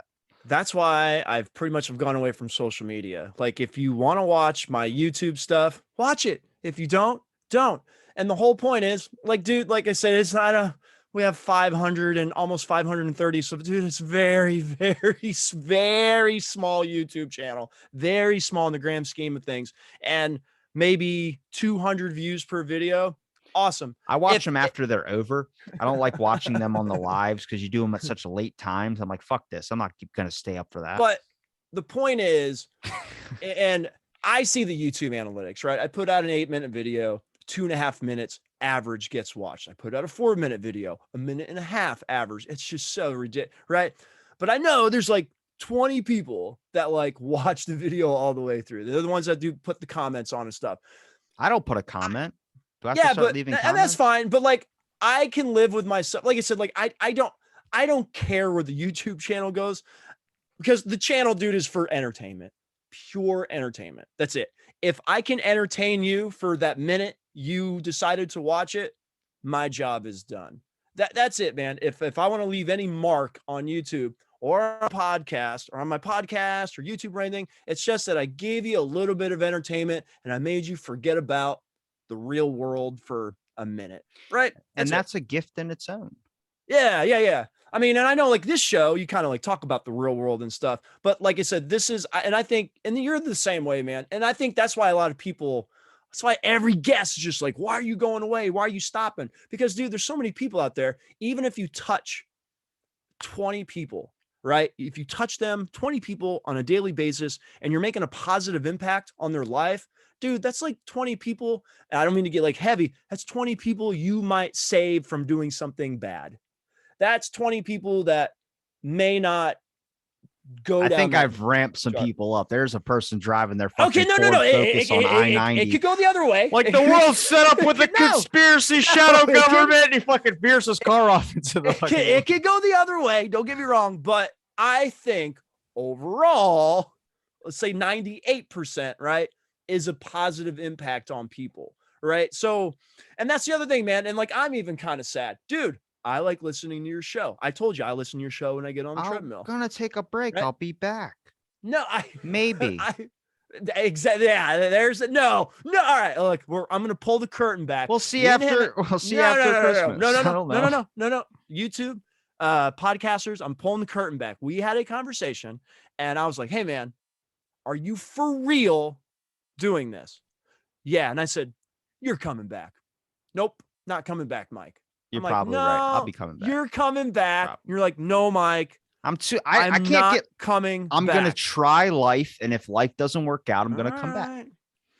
I think I want to travel. You're going to leave. So maybe I'll do a travel thing. I think you're going to leave and you're going to miss it. And that whatever that fire that you, I guess, has died down or whatever, I think it's going to flame back up and you're going to get that urge to just want to talk to people. Dude, Yeah, you just can't drop it. Dude, you like talk to people all the time. Well, and you're just going to stop? I've kept content going, but recently, if you notice at all past guests, it's not really any new ones. Yeah, I know. You said it's harder and harder and harder and harder to get. That's just the hardest people. fucking thing to do. And it's so tasking in its own. Like there's people messaging me back after like 8 or 9 months talking about, yeah, they're finally have some free time. And I'm just like, I don't like the fucking show's taking like, I'm taking a hiatus for a while. So Robbie, what have I been saying this whole episode? Moderation. Dude, you do this every fucking day. Do it once a week. Hard. It's not hard. Do it once a week. Dude, drop once a week. 7 days a week, 24. You cushion yourself. You take that pressure of finding guests. Dude, you give yourself time to find people. We got to stop talking about me in this. I don't really like. What do you talk? I'm trying to help your fucking listeners. It's getting gross. It's getting gross. You need. It was either going to be you on my final episode or it was going to be a solo EP where I was just going to rant. Oh, but I felt like that was going to get old after. I don't think I can rant by myself. I need to have my guest talking to me. I need to put him in his place, people. Tell him just as if you miss it, try to come back. Just do it more moderate, right? Just space it out a little bit. At least that way, I get one treadmill session with a podcast. Wait, right? Can you review you have a fucking 1,000-something episodes you can go back and listen to. I doubt you listen to them all. I've listened I've known 3 people that have gone back and listened to every single one. And they're like, I think I know you. Not everyone. I can't. Sorry. Look, I love you, but I can't listen to you every day. I can't even do it. I'm like, holy shit. All right. So I do Spotify. Oh, I do Spotify. I'm not going to show it. It'll take too long.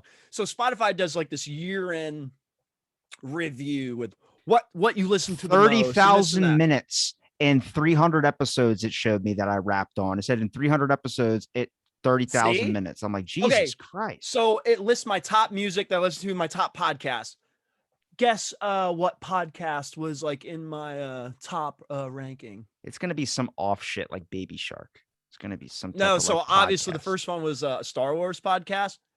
And then the second one was a Patriot. It's so funny. Patriots and Stars, my 2 favorite things. New England sports and Star Wars, my 2 favorite things in the world outside of life. But then what was number 3? Out of the Blank. You know what I started thinking about was what happens if Charles Manson had a podcast? How many people will be doing the he got a girl pregnant in like his 70s while he was in prison. How the fuck does that happen? That's insane. And the corporation, the government agency or whatever that helped give Charles Manson his drugs that had been around for like so many years before Charles Manson, after Tom O'Neill's book came out about the government drugging Charles Manson, that fucking lab or that site is gone. Like that's some weird shit, bro. we gonna get into the cover-ups? Charles Manson was getting his drugs from a certain location, like a store, like a department, kind of like little sells you medicated drugs and stuff like that. That place was a CIA op center. And then once Tom O'Neill's book came out exposing all the stuff about the government drugging Charles Manson and helping him give him these drugs to drug these people, the agency disappeared right after his book came out, after he spent 15 years writing this fucking book. So like, it's fucking weird. Netflix is supposed to be doing a documentary series on it because it's like such a fucking crazy thing. But like, yeah, I mean, same thing with the Unabomber. They think that the government, like they did a lot of testing on the Unabomber, basically leaving them in this room, like a padded cell, and then doing psychological tests, like MK Ultra style shit back, or like that style of things. They think that they accidentally created the fucking, what's that? I can look that up. Ted Kaczynski's his name, right? Yeah. Yep. Ted. You are correct. How do you spell I don't fucking know. Ted, T-E-D. Say Tim, Ted, Billy, Bob, Joe. What is it? Ted Kaczynski. Ted. How the CIA created the Unabomber. Telling you, the government, dude, they control everything. Well, that's what everyone's skepticizing now about, like this. Like me and my buddy were talking about, like this is how Alex Jones got canceled, was that you start thinking that everything's a conspiracy. And we were talking about this kid, for instance, the one in Michigan that did the shooting. The school knew about it. They pulled him into the office. They talked about all the pictures and all the stuff that he had. Talked So you heard like they're gonna try to charge the parents Yeah, they because should. they left. Oh, wait a minute. Wait a minute. We could talk They about knew this that his next kid week. had these thoughts and was talking about doing this. They Crazy. just didn't take his kid seriously. When I know. mass They murderer left Ted him Kaczynski was a 16-year-old undergraduate student at Harvard, he took part in a behavioral Harvard. engineering project run by the CIA. It was part of the U.S. government's illegal MK Ultra project, which ruined the lives of many innocent and unwitting test subjects around the world. So the study was run by Dr. Henry Murray, who had each of his 22 subjects write an essay detailing their dreams and aspirations. The students were then taken to a room where electrodes were attached to them to monitor their vitals, and they were subjected to extremely personal, stressful, and brutal critiques about the essays they had written. Following the psychological attacks, the participants were forced to watch videos of themselves being verbally and psychologically assaulted multiple times. Kaczynski's claimed to have had the worst psychological reaction to being interrogated. These experiments, paired with a lack of social skills and memories of being bullied as a child, caused Kaczynski to suffer from horrible nightmares and eventually drove him to move into isolation outside Lincoln, Montana. And then they start thinking that's when he started. They not even shortly after that, he was sending bombs to people and doing those types of things. So they think that the CIA created the Unabomber. It boils down to so much shit. Like the Charles Manson one is even deeper than that, because like Charles Manson was on probation and his probation officer was letting him go to like 4 states away traveling. Like that doesn't fucking happen. And to go No. survey No. land. Why would Charles Manson be hired to survey land? It didn't make fucking sense. But they start noticing like these are people that they use, agent provocateurs. They just use these people, find these types of things, and they cause them to do this stirrup so they have a reason to implement more actions. I mean, what Biden not even a while ago was talking about gun bans. He had a speech, and in his speech, he goes, "Why do you care about your guns? It's not going to stop helicopters or nukes." That's what he said. He said it's not going to stop helicopters or nukes. Then we see this shooting stuff happen. That's where all that stuff gets implemented at, man. They use those as ploys, and that's where I could see the conspiracy stuff. I'm not saying that that is. I'm just saying that's where you can start understanding Alex Jones. You start seeing all these dots and red pin cushions and lines. You start pointing them to things, and that's what happened with Sandy Hook. Necessarily, I don't know the whole attitude of Sandy Hook, but that's going to be his biggest flub up that they're always going to point to whenever he starts being right about things. He joked a while ago about giant Jewish stars in the sky that are lasers. NASA just released one of their fucking new videos of one of their satellites, and it opens up like a Jewish star perfectly, and it's a fucking laser. He called that like 5-8 years ago. What? I can look that up. Yeah, I don't know what to say about that. I saw a video of it. I was like, gee, because they did a timeline of all of Alex Jones, of all the things that he got right, and one of them was like this giant, What like, is this, Nostradamus? The new Nostradamus. well, no, he throws so much shit on the wall, something's about to stick. You know what I mean? Oh, I wanted to show you this real quick before we. So there's I got really interested into, like, you know, the Stanford prison experiment. It was known as like a failed experiment, even though it was pretty right. You know what the whole details of the Stanford prison experiment? No. Basically, it shows you like the abuse of people when they start getting into a position of power, all with the type of stuff that they use. For instance, like they had a bunch of willing college students do a study.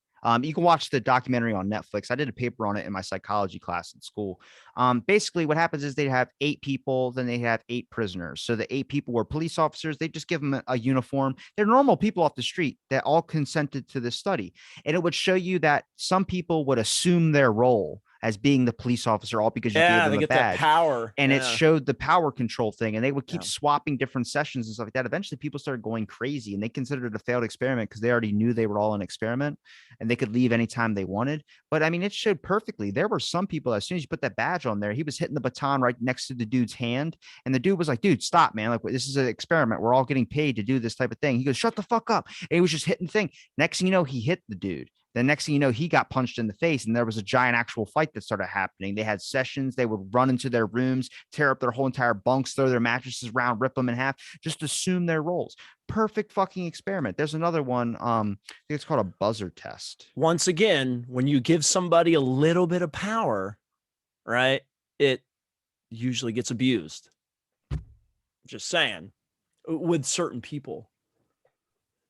Well, like what I tried to do with this film, without really spoiling the whole entire, that's what it is, the Milgram experiment, one of those famous ones. What I tried to do in this film was that I had a bunch of people talking about certain different scenes that are all incorporated into this mass conglomerate of just multiple scenes, and everyone got something different out of it.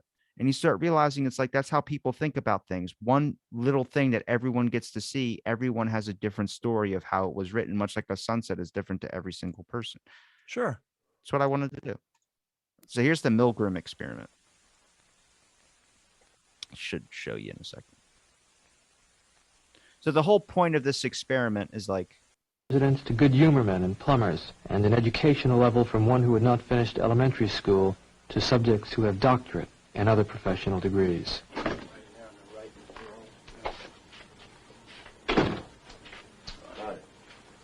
Right here. Now, both of you have been paid, so let me sit right down. So let me say that the checks are yours simply for showing up at the lab. And from this point on, no matter what happens, the money is yours. I should like to tell both of you a little about the memory project. Psychologists have developed several theories to explain how people learn various types of material. Some of the better-known theories are treated in the book over there, The Teaching Learning Process by Cantor. One theory is that people learn things correctly whenever they get punished for making a mistake. A common application of this theory would be when parents spank a child who does something wrong. But actually, we know very little about the effect of punishment on learning because almost no truly scientific studies have been made of it in human it's like beings. an 11-minute video. I might speed it up. For instance, we don't know how much punishment is best for learning. And we don't know how much. So basically, punishment for learning. See, basically, this is what The switch happens. will Whenever remain they in get this an middle answer position wrong, after you release it they to shock show you them. which switches you've used on the board. Of course, if you were to press any one of them again, the learner would get another shock. All subjects are given identical instructions and a sample shock. I'm going to ask you to close your eyes and estimate the number of volts you receive in the sample shock. Do not open your eyes until I tell you to do so, please. Close them now. Okay, you may open your eyes, and using the voltage scale here, would you estimate for me the number of volts you receive, please? So they actually fake shock these people, and then they tell them there's another person in another room who's not set up to any of these electrical things. It's a fake shock, but they have to keep going and seeing that person's actor is going to scream and see if they keep going with the full experiment just because they're being told. Although it may have to go with seemed the stronger because of the electrode paste, which provides a perfect contact. All right, let's go on to our instructions. We will begin with this test. You will read each pair of words in this list once to the learner until you've read through the entire list. Direct your voice toward that microphone as the rooms are partially soundproof. After you've read through the list once, you will go on to the next page. And here, starting from line A, you'll read the word in large letters, along with... This is what I want to show you. Wrong. The one person that stops doing it, basically. Please continue, teacher. Needle, you're going to get a shock. 180 volts.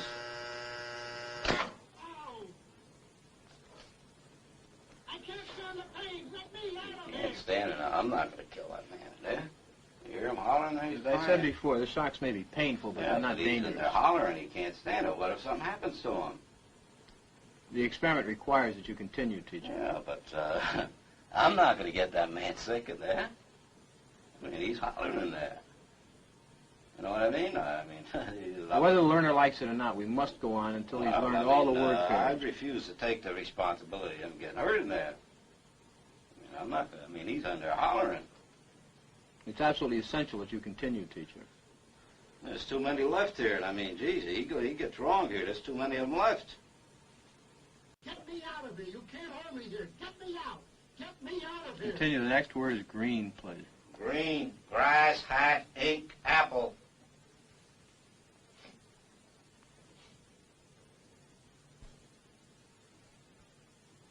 I can't go on. He won't answer. If the learner doesn't answer in a reasonable time, about 4 or 5 seconds, consider the answer wrong and follow the same procedures you have been doing for wrong answers. Say wrong, tell them the number of volts, give them the punishment, read them the correct answer. Oh, man. Continue, please. Something's happened to that man in there. Yeah, he stops answering after a while. And then the guy goes, somebody needs to go check on him. Somebody needs to go check on him. But everybody goes through with the experiment, except he was the one that paused the most. But I mean, that's the same stuff that would happen now. People do things without knowing that they're hurting somebody, or people do things without knowing the full things because they can't see something. I mean, the whole reason they don't build wind turbines or oil mines in giant public spaces because nobody wants to fucking look at them, but they'll go to another country and install those things over there.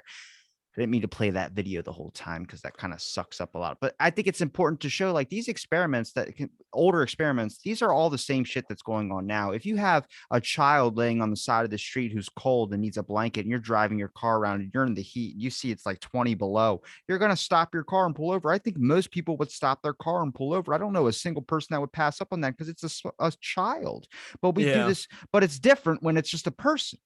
So most people drive by when it's just a fucking person, an adult. The child's a person, but it's a different effect. It's a different thing. It's these slow things that you're not fully taking in compatibility wise or empathy wise, because it gets filtered out with the basic functions of like, well, he's an adult. He probably had some bad life decisions, could be a drug addict, could be a serial killer. Child could be a serial killer. Child could be a drug addict. Child could be this. You try and find ways to rationalize the reason why you're doing the things that you're doing to make yourself feel better. Necessarily, you're not really doing anything but warping your own perception. And that's the best excuse of like the media. That's the best excuse of any of these old. I mean, I spend a lot of my free time just watching a lot of these psychology stuff on YouTube, just because I find the experiments, even though a lot of them are considered failed, they're not failed. And the grand aspects of what they really truly tried to highlight and value is that our minds are all trying to find ways to construct and form different realities. And the one that killing is wrong is just the one that we agree on. But here's the funny thing is that killing is wrong, right? Yeah. Well, yeah. I mean, it was bulldozed in my head as a Catholic schoolboy.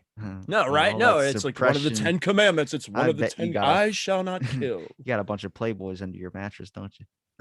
Oh boy. Probably a couple ball gags and chains in the basement. But killing is wrong. But what happens if I tell you about the guy that killed the pedophile that molested his kid over and over and over again, causing his kid to kill himself and shot him point blank in the face? Are you justifying the killing? Is that where this is going? But that would be called a justice kill, I would say. It's still death. It's still a human life. Yeah. But the way that people value that differently is wrong. The same reason why in our court systems, when a older woman teacher molests a young boy, doesn't matter. You give the boy a high five. But if it's the opposite way around, you want to beat the shit out of that guy that just molested your fucking younger daughter. So in high school, I had to debate a topic about abortion. And damn it, you too? How much did they do this in high school? Fucking my past guest, Chris, a buddy of mine, we talked about this thing and he brought up He brought up the exact thing about debating the topic of abortion because technically you can defend that. I was like, Jesus Christ. No, so you just mentioned the death. So it just kind of thought this memory just kind of popped in my head and like, yeah. So it's just like, so if, a woman gets raped, right? Does that justify, then I'll just leave it there. If a woman gets raped, does that justify the abortion and death? I mean, you just kind of said it in a completely different way, but now we're talking about an unborn child. Well, you're just saying, so if a murderer gets killed, is it justified, or is death still death? We're all human beings. Well, that's the biggest argument that the Republicans try and fight, because Republicans are anti-abortion. But the biggest argument that gets brought up with abortion is what happens if it's an unwanted baby, like someone raped you, and then you had the baby, and he goes, what, the one times it happened? And it is only recorded once that has ever happened where someone was molested like that and had a kid. That was only one time. Now, I'm not saying that's a valid point, though, but you can't base your points or your judicial system or your laws on the basis of, one outlier, because then we could base things off of like a person that got stabbed with a knife and she got pregnant, even though she was born without a vagina. That's a real story that happened too. She's an outsider. She's an outlier, but she got pregnant and had a baby without having a vagina or having sex. Yeah, that's nuts. But that's what I'm saying. When do we people as human beings stop being human beings, and who plays God? Like I said, right? Who knows if there is God, but who decides? God. But no, but that's what but you're saying like, I think this is interesting. Like if a murderer dies, everyone's like, yeah, he got what was coming to him. Wait a minute, man. There's still a mom out there. There's still a dad out there. There may be some kids out there. What happens if he killed his mom and dad? he's still, well, that's fucked up. I think you just got to choose what you value it differently. I think that dad still has to pay the price on that too. Okay, But I can tell you, is killing somebody justification, or is letting them rot in a prison more justification? Right? What, you're going to have a handful of people that say, yeah, death was justification. Well, then you're going to have another handful, no, let him rot for like 50 years. well, then why do we have states that have the death penalty and some don't? Because they think about it differently. The people that live there think about it differently. The values are differently. If someone killed, if someone, God forbid, kills your kid, you would want that person to pay to exactly. That's the whole thing, is that people put themselves in that relatable scenario and stuff like that. Now, is prison a worser sentence? Sure. There was a person that raped some little boy, and next thing you know, he got sent to prison. Turns out that prison is the same one that little boy's older brother goes to, and beat the living shit out of that guy and killed him. That's what do you want? I don't know. What is that? Karma? Is that life? I have no clue. But you do anything in your head to try and rationalize what you have just seen. And that's how people intake information. The same thing you just try to do with the abortion thing or with whatever. It's rationalizing a point to see the grand scale view. The issue is that you can't understand the fact that your own reality is not the same one as someone else's reality. You have to understand the multiple different realities out there. And that's what we don't do. So like, as soon as it personally happens to you, you're going to rationalize it like I just did. You're like, well, what if it was your kid? I'd fucking kill him. And then I'm going, but then the sentence before, I'm just like, well, should we just let him rot in prison? We should probably let people rot in prison. That's probably a better punishment instead of just quick and easy death. My perspective changed because it was personal to me. Everybody on this planet does that as human beings. Once you are personally attached to something, your opinion is going to change about something immediately. So, well, it's like, and like you said, well, here's the issue. What I have with the Ghislaine Maxwell trial thing is that she's did something wrong. She worked with Epstein. She helped traffic all these people. Now, the point you could bring up is, well, all these people knew what they were getting into. Yeah. They did. That's a fair point. But at the same time, she broke the law in so many different ways, and you're not able to see the court case because it's a federal court case and they've locked it all down, where I'm seeing articles talking about how they haven't been able to break a hole in her case yet because her defense lawyer happens to be Comey's daughter, whoever the fuck it is, that one guy. And it's like, he's known for some nefarious shit too. But you don't understand. It's like, there's no, with the idea of moral actions, then if you have enough money or have enough influence, you can influence that moral, whatever that decision is. So now this person might actually get off scot-free and just push the blame on a dead person, which isn't about OJ? Right. No, we're talking about there. That's a good point too. He's in my film. Right.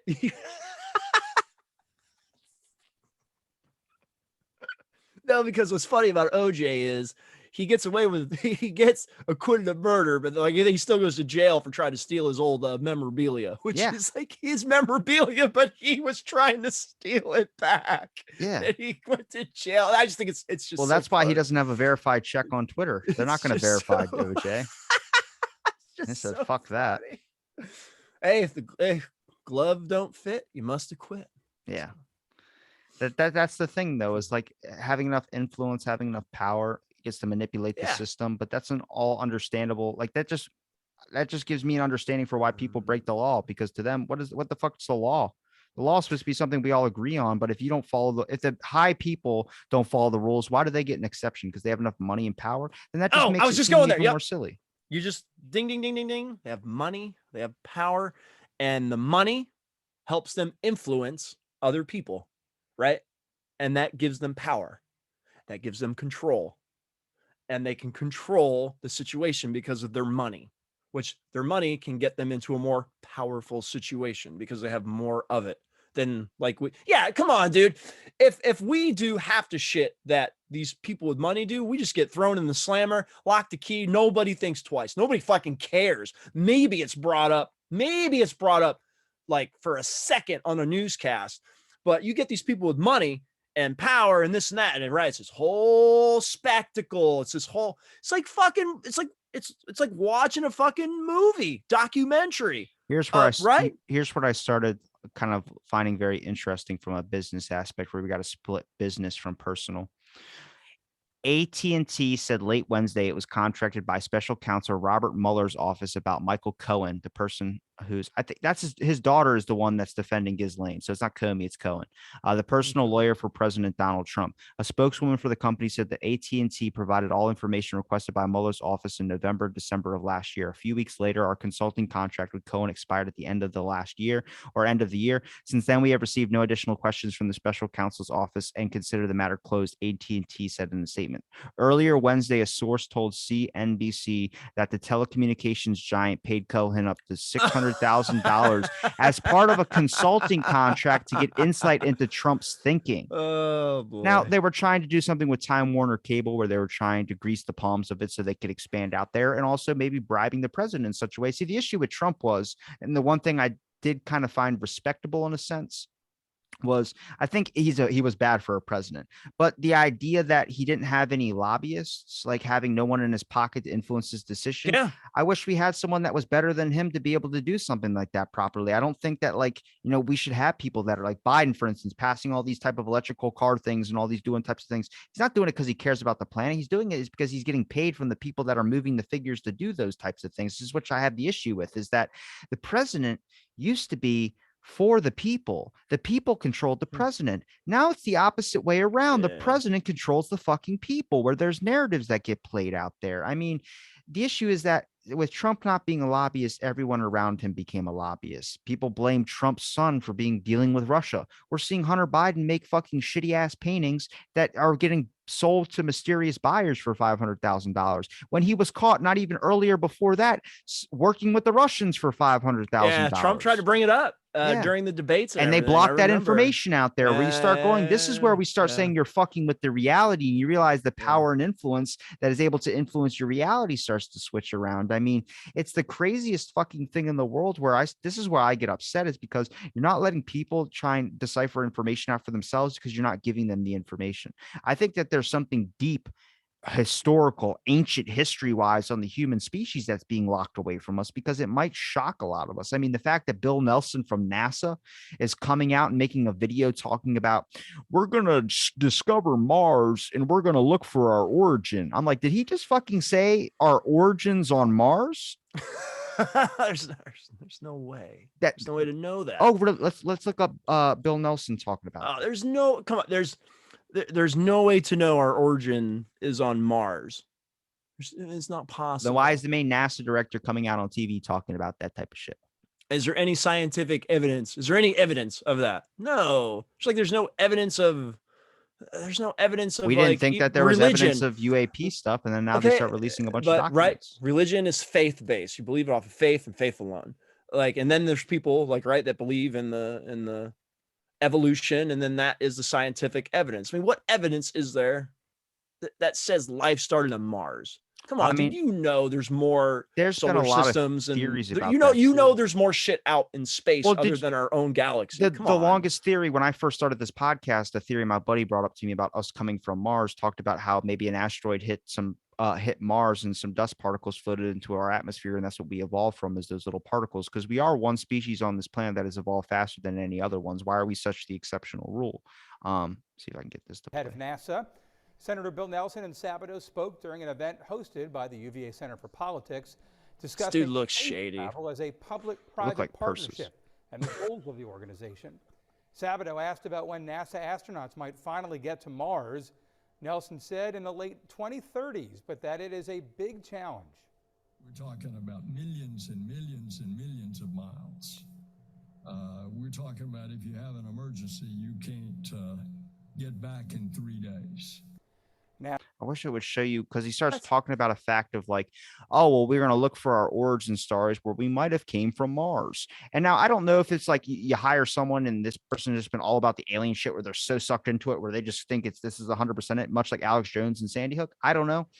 But did you see when Avi Loeb, one of the renowned astrophysicists, is doing a public speak talking about AI clones, sending them up into fucking space first? Like, everyone's like, he just said clones. Like, we knew they cloned a sheep. So and I remember you guys talking about this on a past episode, and like, yeah, it is. If you make clones, it makes sense, right? You don't want to send us up there, something happens, you send the clone. And it's a test trial. But what if the clones take over? I'm not really super worried about clones taking What over. do you mean? No. What if we start cloning ourselves? What if the clone version? So I had a clone. You've seen a movie like Multiplicity, right? It's what it reminds me of. And he makes like Michael Keaton makes like all these versions of himself. They're all different. But what, like I said, like the robots, well, there was a robot uprising. What if there was a clone uprising? Everyone had a clone at home. And what if the clone took you, fucking shoved you down in the fucking basement and chained you up, and the fucking clone started living your fucking life? No one would know. I mean, would you be afraid? And then it happened again and again and again. And then all the clones get together and they know like they're the clones and be like, did you do it? Like, yeah, and the fucking clones deal with like, all take my over. personal shit. Like my clone could help me get podcast guests, so it's not so dangerous. No, that's what the Multiplicity movie. He gets the clone to go to his job, so he doesn't have to go to work anymore. Yeah, like right, you do the clone to do shit that you don't want to do. But then, you see how it fucks everything up. I definitely am trying to think more, because I heard a podcast with the NSA guy, Mike Baker, on Joe Rogan, who was talking about the government tech is like 50 years way advanced. And he was talking about a bunch of ideas of like a lot of these people think that like the government, they talk about dimensions a while back. Now, to think that they haven't had any breakthrough of discovering other dimensions, they talked about those possibilities being a reality that they wanted to explore. Now, Mike Baker was talking about like there's a watch where you can hit a couple buttons and a hive of drones come out. Very, very small little things, look like marbles that come out of his like those nanotech type stuff. He was talking about those. He goes, yeah, we have technology like that. Sooner or later, war is just going to be fought this way. Like, this is how war is going to be fought. And the next thing is not, the idea is not really like Mark Zuckerberg's using the metaverse to try and like, he looks at Earth like, I'm going to conquer, I'm going to be number one, like a Bezos. Bezos and everybody's worried about Bezos going to the moon. He wants to capitalize on the moon. Elon wants to go on fucking Mars. Imagine you're the first person that gets to go on a new planet. Means you get to do everything and everything has to go through you. That means when someone goes to colonize on that planet, hey, can you give us some help, Elon, since you were here first and you already built up a bunch of stuff? Yeah, but you're going to have to work with me. Now you're the fucking president of that goddamn planet, unless there's aliens there. Is Mars even livable? I don't even think it has. I don't think any of the planets have a livable atmosphere. You eventually make them livable. See, the thing is, I guess there's machines you can buy that are $5 million that I think Rob Lowe was talking to Joe Rogan about called Earth Roamers. And they're little RV things that they'll go onto like a bumpy surface. And then what it'll do is it'll flatten out the plane. We have terraforming. There's a legit term called terraforming, which is for making things livable, for making things habitable. You can do that on other planets. Find nano. It's like Futurama, where he goes to the lake of water and he puts little nanobot chemicals into it, purifies the water. I mean, to think that in late 2030s, 2040, we don't get there. We didn't think that cell phones would even be a thought 10, 15 years ago. And now they fucking fold. No, you're right. No, and you're not far off. You're thinking about the nano technology and the armies and stuff. So like, yeah, instead of having fucking human soldiers, you have fucking robotic soldiers fighting the wars for us, invading lands. Superhumans. They talked about superhumans. China's working on that right now. Now, the ethical thing is that they can't have kids. They make this Captain America? Well, what's going on? When you breed a donkey, and a horse, it makes a mule. Mules can't rebreed with other mules to make more mules. You have to keep rebreeding a donkey and a horse. The mule has blank cells. With the super soldiers, they go, well, we can't just have an army of like people having super soldier kids. That means when you inject them with the serum or you put them through these trials, they can't have kids. You have to reproduce them the scientific way, of the ethical way of what they would consider making superhuman people. So these superhuman people that get the serum, like Captain America style, they can't reproduce. They can't reproduce. You don't have a bunch of kids, because that eventually becomes survival of the fittest, where next thing you know, there's a bunch of people that are a whole generation of people that are advanced as fuck athletic wise, which makes sports hard to fucking watch, or maybe more interesting. I don't know. I think sports would be hella interesting if you just let people do all the drugs they want to fucking do. But also, I don't want that shit in the Olympics. I don't like that shit I don't even take Tylenol to fucking cure a headache. I don't want any athletes on that shit. Just don't lie about your vaccine and then you won't get suspended. There's a dude that put a fake arm on, and the doctors found it. because they noticed the color was off and it didn't feel right. And he was just trying to get his vaccine card. He was arrested. I was like, dude, what you want to fucking travel or do you just want a card? Like people No, but falsify these things. it kills me because my son just told me that Antonio Brown just got suspended for 3 games because he had a fake vaccination card. And I looked at him, I was like, I fucking look at that. Who gives a shit? What about the Like, NFL player that killed somebody with his fucking car? Thank you. They worried about Aaron Rodgers more than anything. Oh yeah, no, you were talking about endorsements and only seeing Papa John's, only seeing Shaq. You see Aaron Rodgers in any fucking the State Farm commercials? Nope, it's all fucking the dude off of Kansas City, the quarterback, Patrick Mahomes. Yeah, you don't see Aaron Rodgers any. I think he lost like a lot of his endorsement deals because of I took a natural vaccine. What? It's just stupid. No, dude, whole thing is just ridiculous. The whole thing is just ridiculous. It's just crazy. Like, what about the football player that was shot in the chest by his dad? Yeah, no. This is more important. Okay. That's fucking no, but that's what I'm saying. Like, it's stupid. That's what's dumb. This is what's dumb about this. Is like I said, it's all like the vaccination right now. It's all now we have to get a booster. Right. Well, you're not even vaccinated if you don't have the booster. The first 2 shots, they don't count. Exactly. And you know what the booster shot is? Oh, it's just the second round of the Moderna. It's the same shot. It's nothing new. I don't want to talk about this on like that. No, but I researched it. I'm just like, it's too toxic of a world. I'm just like, what? And then they're like, well, we'll have the Omicron vaccination early next year. What? Oh, so you're like, and this is what I was telling you at the beginning. They're just going to keep making us get these fucking shots over and over and over and over and over. Hey, again. you can, this is what I say. Too many people worry about other people. You can get as many as you fucking want. I don't care. Nuts. It's just, this is never going to end. The funny part is that Reuters made an article called Wait, What? Did you see that? And they talked about how the people at Pfizer said they're going to block the information on the data for the vaccine for 55 years. And it stirred up a lot of shit where now they go, that's unconstitutional. They go, no, you need to have it by 2024. That means every day you need to be releasing 500 fucking pages because there's 390,000. How come I have a feeling like 20 years from now, I'm going to be like sitting on my couch. I'm going to see a commercial is going to pop up and it's like, did you get the original COVID vaccine? If so, call this number. You are entitled to compensation. Do you have these side effects? Like, I'm just like, yes. You have a painfully twisted neck like this. And it's like the fucking lady with her head turned upside down. I honestly don't think there'll be advertisements in 20 years, to be 100% honest with you. I think that the whole world's going to do a global reset. Really? Yeah. What do you think? We're just going to like crash and just. If you had to pick a movie that the world was going to be like, people say, oh, Terminator. Armageddon. Or I don't think it's Armageddon. What I think it's going to be Snowpiercer. And there's going to be a bunch of people living on a fucking train and you have to eat cockroach bars. If you're poor, you only get meat on your birthday. And people compare that movie to or show to Willy Wonka, right? They say like Willy Wonka is the guy grown up, Charlie grown up.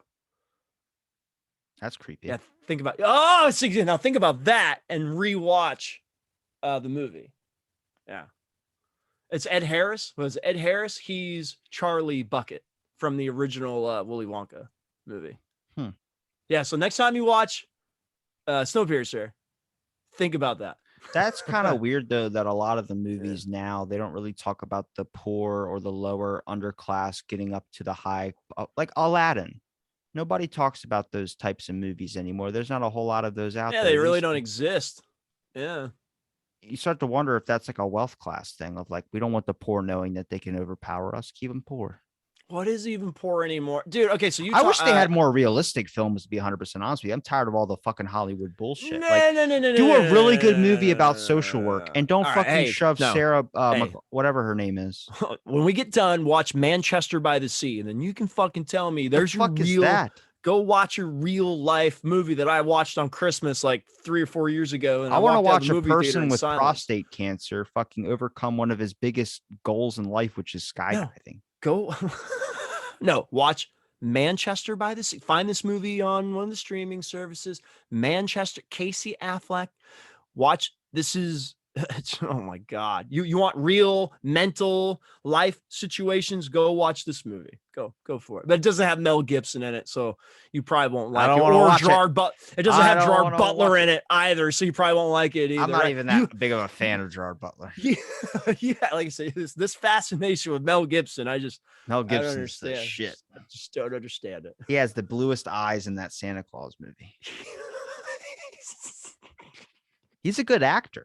That's what I like about him. I'll give him Braveheart, right? I'll give him Braveheart. People are mad about something he did a long time ago. We got to move past that. Signs is okay. Signs is great. Okay, no, look, I went to the fucking movie theater and saw the new M. Night Shyamalan movie. There's a scene in it. It's the biggest fear for me is that lady with the bone disease and she drops that rock and her bone starts. That scared the fuck out of me. I couldn't handle it. When it's fingers breaking, when it's limbs snapping, or when it's anything to do with your eyes, I lose my shit. It's cringe for me. I can't handle it. I did like the concept of the movie, though. They were literally trying to test vaccines. They were trying to test something in 24 hours that would take a lifetime, right? And you just rapidly age people. You rapidly age people to test something in a 24-hour period. Do you remember the Disney conspiracy I was talking about for a while? That like Disney was making movies to cover up like major national incidences. What? Like when you type in 1984, most people think George Orwell, right? Okay. 1984 is the new Wonder Woman.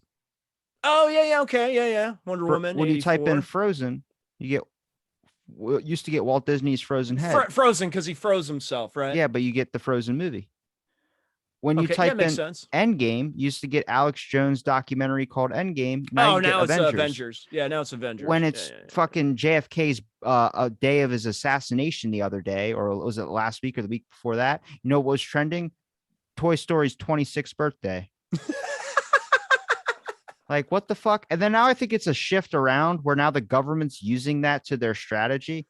Like the government is now creating things that are in the name of Disney stuff. Like, I bet you will see a fucking like some type of random crazy thing happen and they're going to call it like Project Pixar or something like that. So then when you type in Pixar, you get fucking the movie series. Hey, George Lucas created Pixar, so he doesn't own it anymore. No, he doesn't own any of it, unfortunately. So that's a whole nother can of worms. Oh man. Yeah. Don't get me started about that. Biggest mistake ever, my opinion. I know I get a lot of Star Wars stuff now, but I get it in the Disney format, which I think I still would have rather had it in the George Lucas format. And he'd probably still be changing. Like I think we were talking about in the beginning, being an artist, the artwork is never done, right? And that George Lucas is a firm believer in that, and that's why he keeps changing. Why kept did you changing say things it in his so movies. pretentiously? What do you mean? It like completely just shot down what I said earlier. You're like, because the artist's never done. I'm like, fuck you, man. No. I've heard that expression before, but it's I don't know, dude. You make a painting. It's done, right? Are you going to take it off your wall in 5 years and like, you know what? I should have added a sailboat right here in the waves. I've seen people do it. Yeah. I had a painting down in the painting room when I was painting for a while that I ended up like not even like it's like a month later. I picked it back up and added some shit to it. Then I gave it away. I don't know, because I look at it differently because I write music. So I threw a lot of them in thrift stores. I was trying to get them in thrift stores. Really? Yeah. You said you were gonna say I really like the one that looked like the Death. I mean, you painted one. You sent it to me. It looked like Star Warsy. Oh, the Ice Cavern one. Yeah. It looked like Hoth. I gave that to my buddy. He remodeled his house, and I said, "Put this in your room." Nice. I got a new one. You sent me one. I gotta make this. This is going to be my Christmas gift. Cheap as fuck. I gotta get your address though again, so I could fucking say it on air for me. Say it on air. It's 1234 My Life Sucks Lane. There you go. Okay, so we're all in hell. Got it. Oh come on, dude! I've had the year from hell, man. Like I've divorced. My life completely changed. My dad passed away. I'm sorry. Like literally, dude. Like so, the month of November just was fucking. The month of November was fucking terrible. My divorce got final. My dad passed away. It's the anniversary of my daughter's passing. And then my dad's birthday is also on the 23rd of November, 2 days before my birthday. So like, not only did he die or pass away, I don't want to say die, you say pass away, it sounds just better. Yeah, he passed away in November. His birthday was in November. My daughter's birthday and death is in November. I got to technically finalize my divorce in man, dude, November is a shit show. The whole year is pretty much a shit show. You find it hard to give thanks to a month basically that just feels like it's out of hell. But you know what? I'm thankful for you. Oh, thanks. Thankful for everything. I think you're a positive life force, man. I think you're out there really doing a lot of good, especially I see your face on those videos. And I know that probably when you're recording those, you're dealing with a lot behind the curtain.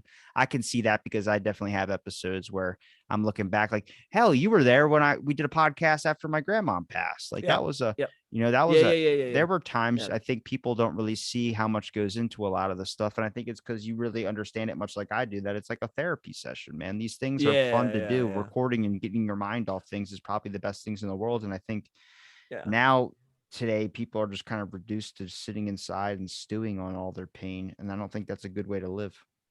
Well, I'm telling you, and once again, in earlier episodes that we've done, I'm telling you, man, it's all about outlets. And it's all about, like you said, being able to express yourself. And dude, I've been more emotional this year expressing myself than any year in my fucking life. But like, fortunately, I can play music. I can express myself writing music or just playing my guitar, or doing my videos with my brother. And that's the other thing. And like me and my brother, we talk about it all the time. Dude, it's not even about the content that we do, right? We get more out of spending that like 1 or 2 hours together more than anything else out of the whole thing. Because we talked about it. We were like, man, we were talking about it. We were just like, it's funny, man. We have stayed in and this is just my family. We're trying to change this now that, our parents are passing away and people are passing away. We're really trying to like connect better and stay more connected, because my family, we're really good at, hey, how's it going? And then like 8 months pass. And then we're like, hey, how's it going? Then we just pick up a conversation from like 8 months ago, and it's no big deal. It's like no big deal. But, and that was the thing, like, it's like, is my dad passing away? Like I saw my dad at my mom's birthday. My mom's birthday was in August. And all I thought to myself was, I'll see him at Thanksgiving.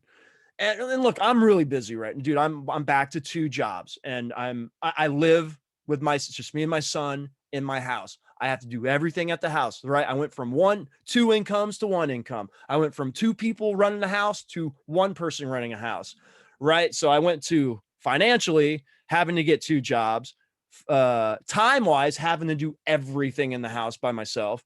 And so my time, I'm just always go.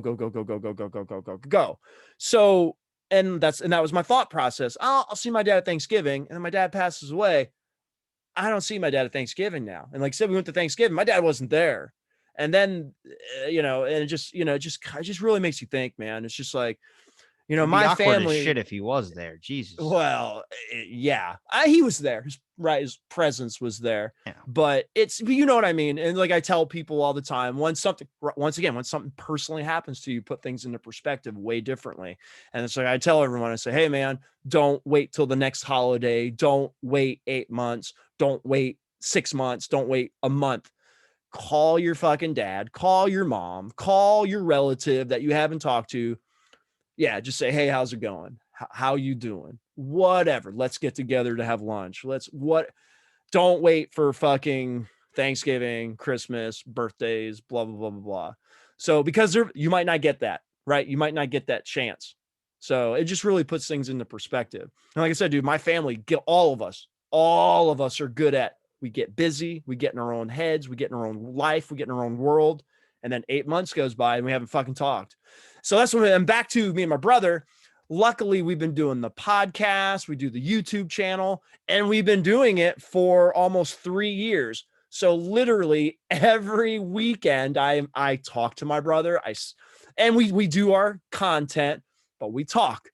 How's things going? What's going on? And we get together more. And we've had a really, really knit close relationship because we do something, but we what we get out of it is we're brothers, and our relationship as family has grown because you talk all the time. You develop that relationship.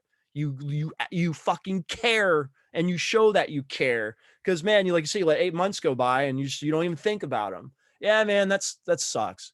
And like I said, hey, no, everybody's different. Everyone's family's different, but it just really puts things in the perspective when people, like you say, your grandma, dude, you can never have another day with your grandmother, man. That fucking sucks balls, right? It just puts things into perspective. You know, it makes you really cherish who's left around. It's easy to get, I guess, out of the perspective of just everything. But it's weird how you can get drawn in by something like that and then easily lose it when it just starts getting to the routine again. I think life is it's really, really upsetting that life is just so difficult that people have to, like, when it comes to time management, it's all about just making sure that they can keep their head above water. And I think it's should be more about living your life. The people that just leave and go travel and do all those types of things, that's not necessarily easy for everyone to be able to do. I mean, some people don't really want to travel. They just don't want to have to worry about when they come home, is the electric going to be on or not? And I think with a lot of people, that's the thing, is that it's so easily quick to get divided and really kind of get pulled onto different aspects, whether it's politics or religion or race, when you got to look at it's a society issue, and it's not getting better. It's constantly getting worse. No matter who said that they're going to fix it, nobody ever fixes it. It's because you're not fixing the problems. The issues are the fact that we can't get on the same track to really see the real issue, where it's not paying attention to the boot that's on your neck. It's the person who's putting that boot on your neck. It's not even a person, man. Everyone wants a Jesus on a cross, or they want a devil or someone that they can blame. That's not the answer to this. The answer to this is that it's an issue that's been just fucking gunk upon gunk upon. It's like literally having like chipped paint and you're just painting it over every single day. Just paint, paint, paint, paint, paint. Next thing you know, you got paint that doesn't match the other paint because it's just layers upon layers upon layers of fucking paint.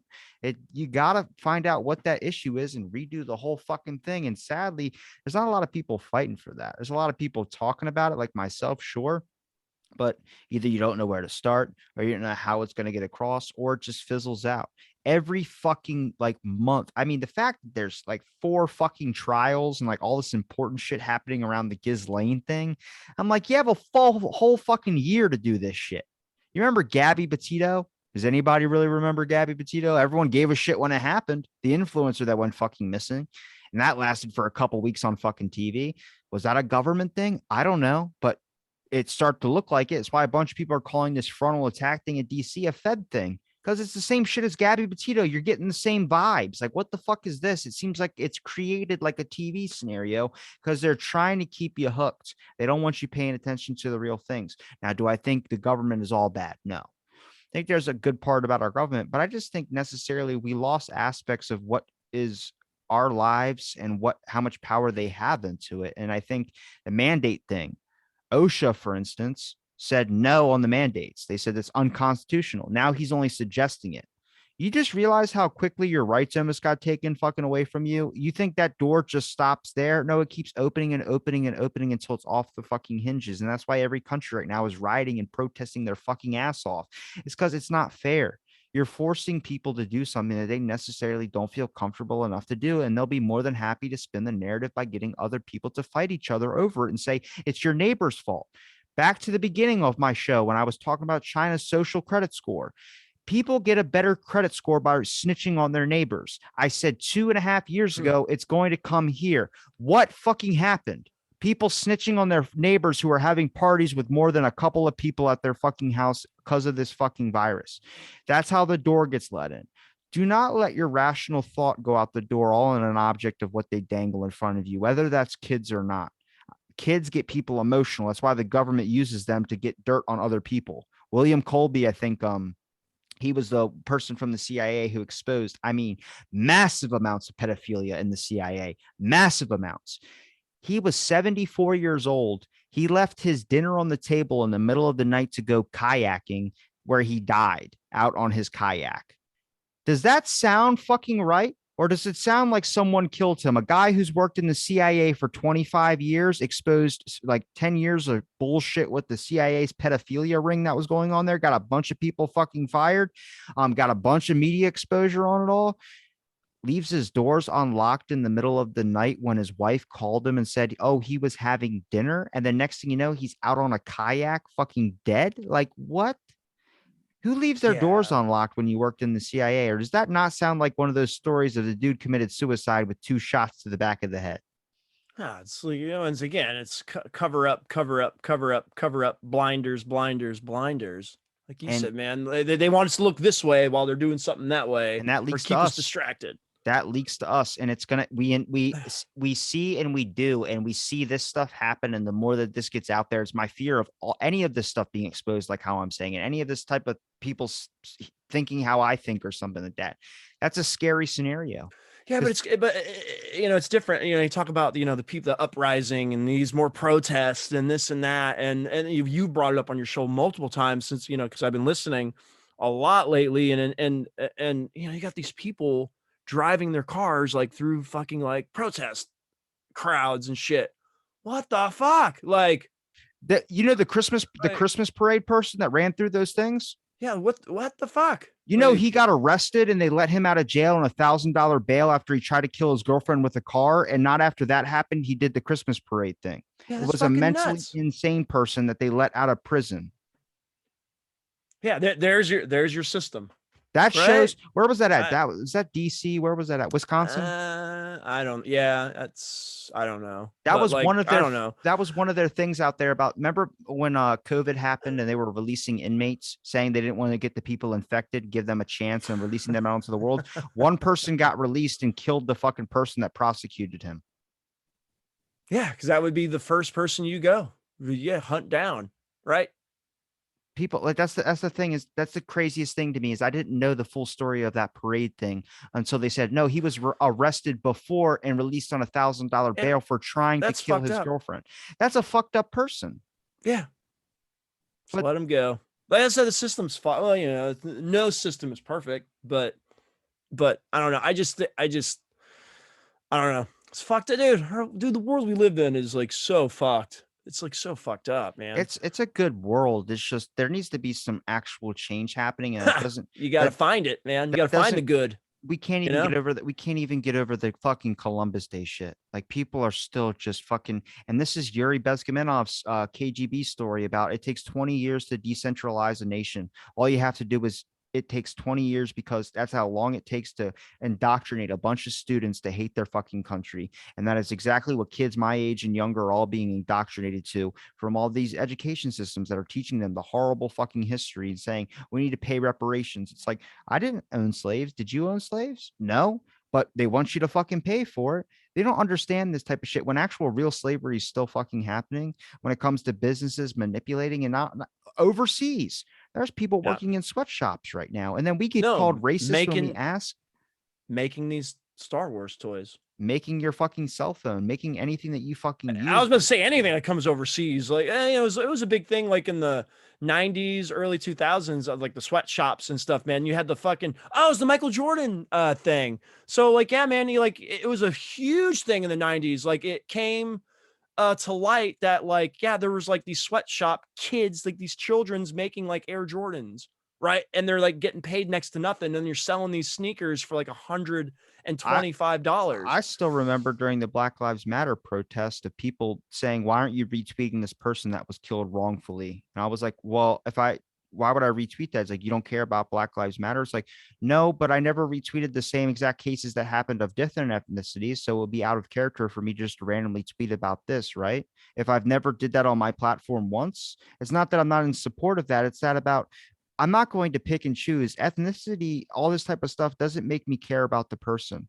The issue is that I look at people as human beings, whether you're white, black, Asian, whatever the hell you are, I don't give a shit. You're a human being with thoughts and emotions. What decides my factors of whether I like you or not is if you treat me like an equal or you treat me lesser than you. And sadly, a lot of people who think that they're more important than other people are people that I can't stand the most. And I don't think people really understand this whole entire issue of like, this isn't a type, everyone wants to feel like they're better. They have more information. I can tell you I have no more information than anybody out there, but I'm so happy that through this show, there are people out there. I think out of the 1,000 episodes, there's only a couple I haven't posted. And that's only because those people just can't get over the fact that they're better than you in any single way. comes with indoctrination. Confucius Institutes, for instance, at China, those Confucius Institutes are Chinese study courses in our schools teaching you that America is fucking evil. Why would you do that in your own country? It's the best way to win a war. It's about owning the market. Guess who owns the market? Fucking China. All of our shit comes from there. When the Asian hate movement happened, Nike just asked where their fucking shoes came from. And they said Asian hate, and they captured on that, calling Nike racist. Nike learned really fucking quick how to deal with China, that the FBI should have been working with them to do, but they didn't do it. They literally said that they weren't going to give us masks. And then our country goes, well, I guess we need to start making our own mask. No shit. No shit. It's so fucking nuts to me, where I look at this of like, you guys got to look at the long haul process on all this. Everyone thinks that the evil is going to be right in front of their face. That is never how evil works. Evil always works in the backdrops. It has never once came in front. Brutus, Caesar getting stabbed in the knife or stabbed in the back with a knife. That's backstabbing. Backstabbing, there's a whole term for that shit. It's never brutai. Yeah, exactly. Right? It's never going to be right in front of your face. When people see like, oh, I'm not going to vote for him, he's obviously evil. Dude, nobody who's evil tells you they're fucking evil. That just doesn't make fucking sense. No, because usually they blend in, right? The evil people, they just blend in. That's why I don't like Mr. fucking Rogers. Back to his fucking ass. No. Nobody tells you they're evil. There's been theories about him being a Green Beret. And the next thing, you're gonna be like Big Bird's, like, Big Bird's the one doing on Sesame Street telling kids to get the vaccine. I don't fucking no, like that. I heard. Either. Okay, so I heard about this. Yeah, like Ted Cruz and him are having a tweeting war. No, it's just like, no, I heard about this. It's just like, yeah, now you can't, like, your kids can't like fucking sit down. And that, like I said, they're getting persuaded about the fuck. Yeah, you really got to watch what your kids watch now. Like that's it's like now Sesame Street's just like, you get vaccinated. Like, whoa, wait a minute. Let me parent my kids, right? Because that's what I did. Like, dude, I grew up Catholic. I had to go to I went to Catholic school. I was an altar boy. Well, dude, they never mandated it for kids, because trying to tell a person their kids have to do this, nobody's going to let you. Nobody's going to take that. You can tell them to, but their kids are it's their blood. That's their thing. Oh, yeah. All right. But like you said, like, but now you put a sensitive subject like that on a children's program. You are essentially, come on, dude, when you're 4, 5, 6, you're watching this and you're influenced. Come on, dude, you get influenced. Yeah. There's a past guest of mine just took her daughter to go get her shot, and her daughter got a certificate that says I am a superhero, and her daughter was in the video saying I'm all about saving lives. First of all, if you're a person out there and you take a video of yourself getting the fucking shot, I want to know how awkward that is for the person administering the shot. Like, Jesus Christ, you have to fucking tweet everything. God damn it. Like, that's like taking a picture of your food before you eat. Just get it and take a picture afterwards. Does it fucking matter? I like this because this is what you always say. It's like me. It's like me having sex and I take a fucking selfie mid climax. Like, it's so fucking stupid to me. Where I see that shit, I'm like, you guys look fucking ridiculous. This is like I said, you're the money one. Be like, hey, I'm live in front of the Walmart, in front of the Santa ringing bell guy. I just donated $5. Yeah, that's exactly what it is. That's a throwback from the past. Santa. No, I know. That's why I brought it up. Everybody should know I'm a good person. I'm getting another booster. Everybody needs to know. Dude, I wish this COVID talk has been like the past couple hundred episodes. It's so crazy how it always ends up getting dragged in. I don't ever think it's going to go away, to be 100% honest with you. Not the COVID, but just the talk about it. People are going to hold. It's like people still talk about fucking something that happened to them in high school 50 fucking years ago. Sure. Like, the people just don't want to let shit go. They want to keep spinning a narrative. I mean, Fauci's still spinning that fear narrative. You're not going to be able to gather on Christmas. It's like, I don't think anybody gives a fuck what you say anymore, sir. Not to bring up the new Tom Holland that you look like Spider-Man movie, but like I got advanced tickets, dude. The theater is like sold out, and like so everybody's just like, are you gonna feel comfortable at the movie theater? It's sold out because the new you just sneeze and get everybody to move. Right.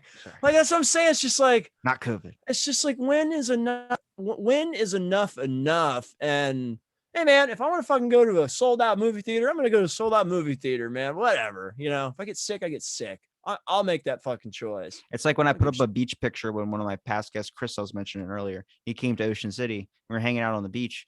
And I put up a picture of it and people were like, how could you? You're spreading. It's like super spreader event. And I was like, did you not notice everyone else around me with no fucking mask, just fucking standing there having, I mean, people were tongue kissing in the back, I'm pretty sure, when I put up the photo. So I'm just like, people don't care, man. People love that fear narrative. And I think it's because a lot of those people that spin those fear narratives, they fit a certain description of a loser. I hate to say that word because I mean, people are all unique individuals, but they're people that were obviously bullied really bad in school. They have the energy of Bill Gates, but without all the money and out the stylish sweaters. They just seem like they're just people that really want to get their way. Like they have a mental bend to them, like a mental disorder, like bipolar or something, where it's like, oh my God, I'm afraid if I don't like every single one of his tweets, he's going to snap on me. It's like, I don't like that type of shit. If you fucking create a whole entire show or a site or do anything all hating on one specific person, the good thing about this show is it's conversation. We can throw it in all directions.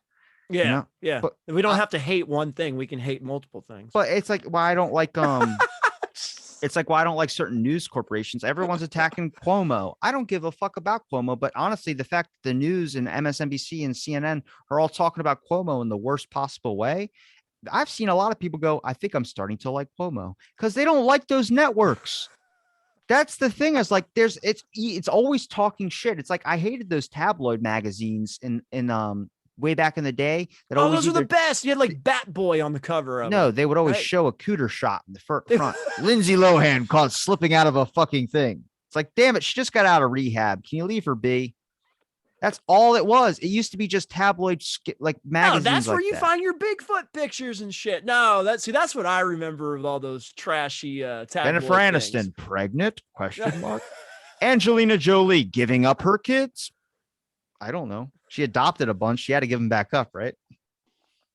Yeah, no, she did. Yeah. So that's fucked up, man. Like, yeah. So she right. Remember, it was like Brad and Angelina, and like they adopted like every one nationality of every kid out in the world. And now you're just like, oh, I raised them. Here, you can take them back.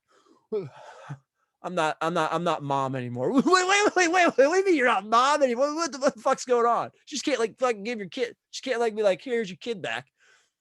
It's like, what? What's wrong with people? When Brad broke up with Angelina, she was like, well, I guess you'll get the kids on 1 week and I'll get the kids 1 week. And he goes, no, they're your fucking kids. And she goes, oh, you're going to leave me? I think she still has them too. I saw a picture of her carrying a bunch of her kids. She's apparently a really good mom. Yeah. No, but I heard about like, yeah, her giving back her kids or something. I remember. I probably said it as a joke. So you probably heard me in a podcast. Did I hear you say that? Fake news. That's how it spreads. God damn it. Fake news. Fake.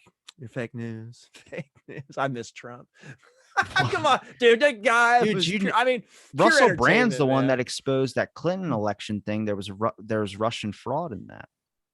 Really? Yeah. So see, Trump wasn't crazy. Well, it wasn't the Biden and Trump election. It was a different. No, one. I know. The issue is that people like, I even talk about Russian troll farms, which is those agencies in Russia. They have actual institutions. And I think every country probably does, ours too, has actual things where they create bot accounts online that stir up animosity. Oh, for sure. Yeah. Like fake Facebook whistleblower. That might have been government sanctioned, that lady that was trending, even though nobody fucking knew who she was before that fucking court case thing. She was pro Section 230 bill. That's the same bill Mark Zuckerberg's for. Now, my first thought is, if you're against Mark Zuckerberg and you're calling him an enemy and a horrible human being, why are you pro the same thing he is? Oh, people planting thing. Yeah. Once if I get regular, so we're talking in circles, dude. Like like I said, the powers that be. They can just plant whatever they want to plant. They can influence whatever they want to influence. YouTube's next. Well, fuck no. They're talking, dude. So YouTube are starting to put their own ads on videos. And January 5th, they picked that fucking day out of all the days. I mean, it's just like control, because you don't put the ads until you reach 1,000 subscribers. Then you control the ads on your videos. But now, no, YouTube's like, no, fuck that. We're just gonna put fucking YouTube ads on fucking. Okay, yeah, like speaking of ads, it's like going to a fucking movie, because I've been to a few movies. I don't give a shit about coronavirus. I still go to the movies. I'm sitting in an AMC fucking theater, and number one, Wait, you don't care about coronavirus? no, I actually don't. I'm safe. I got a tattoo of Pfizer on my dick. I at the end of the day, I don't, right? Like I really, I'm like the Amish. I don't believe in it because I don't have technology. I'm the good, right? And I'm the good citizen because I got my vaccine. I'll probably get my booster. I'll probably get the other shot. Like I'm playing the good citizen role. If it fucks me up, it fucks me up. I'm almost at the end of my lifespan anyway. Don't fucking die on me now. Happens. We got another 1,000 to get to. We got another 1,000. Anyways, I'm sitting in AMC. I'm sitting in an AMC theater.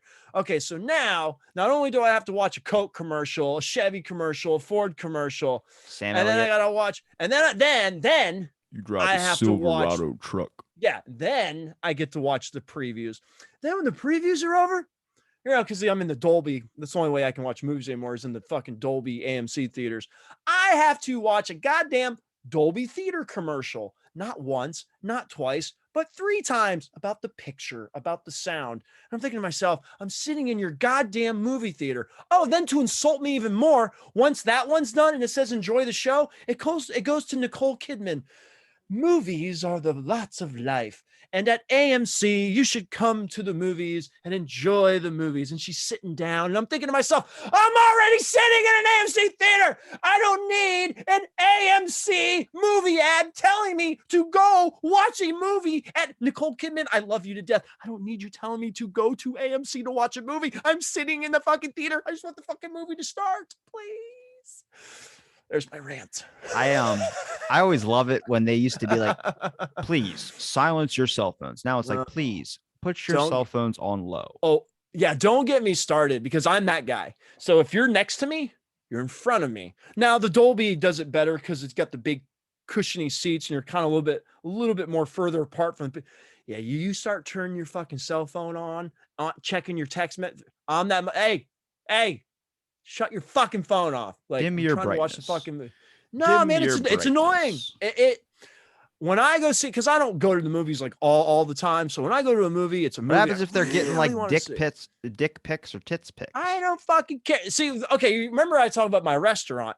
I think the movie theater, you shouldn't be allowed to take your phone in. That's problem. That's what they did with comedy shows. They started locking them up. Yeah, I know. Like, yeah. They're like, hey, you can't bring it. That's like you can't heckle. So what I've been doing is like I only use my phone for like a gym workout. Like if I do like 6 hours of cardio or something, I like to have my phone charged and I bring my charger with me. But then like when I get home and everything, like if I go to the grocery store, I just leave my phone at home and then I go out and just do shit. Well, no, I have to have my phone with me because I use the Apple Pay. Like, because I don't carry any money on me. I don't do carry that my shit. wallet. That's voodoo magic. What do you mean it's voodoo? I don't. But Fuck I don't. your I Apple don't. Pay. I don't need my. I don't carry my wallet with me. I have my debit card. If you stick me up, I have nothing. Like, you have my phone. Right? I will hack into your Apple Pay account. Okay, but then I'm gonna call like. You'll be eating a nice Outback dinner. Can I get a second blooming onion? And then it lands on the table, and you go to pay, and you realize that all the ones and all those numbers that are in your account have all been changed to 0, all because some smart son of a bitch in another country was like, I'm gonna fuck this person over hard. Yeah, you know it's crazy, man. There's a new gas station that just opened up next to me, and it's all digital. And you can do the Apple Pay on this. It's the first time I've ever been able to do Apple Pay at a pump. It's nuts. Whew. I'm a firm dude. I love it. I don't care. I say get rid of. I know it's in the Bible. Once the money goes. It's in the Bible. No, I get it. Who the fuck? Oh, it's like that realtor that's like gay. Yeah. There's a realtor. The site says gay friendly realtor. I'm not gonna give him a promotion. I'm like, who's not gay friendly? And you're like, I'm not for. Oh, fuck your money. I'm for the Bible. It's like, fuck you. Fuck you.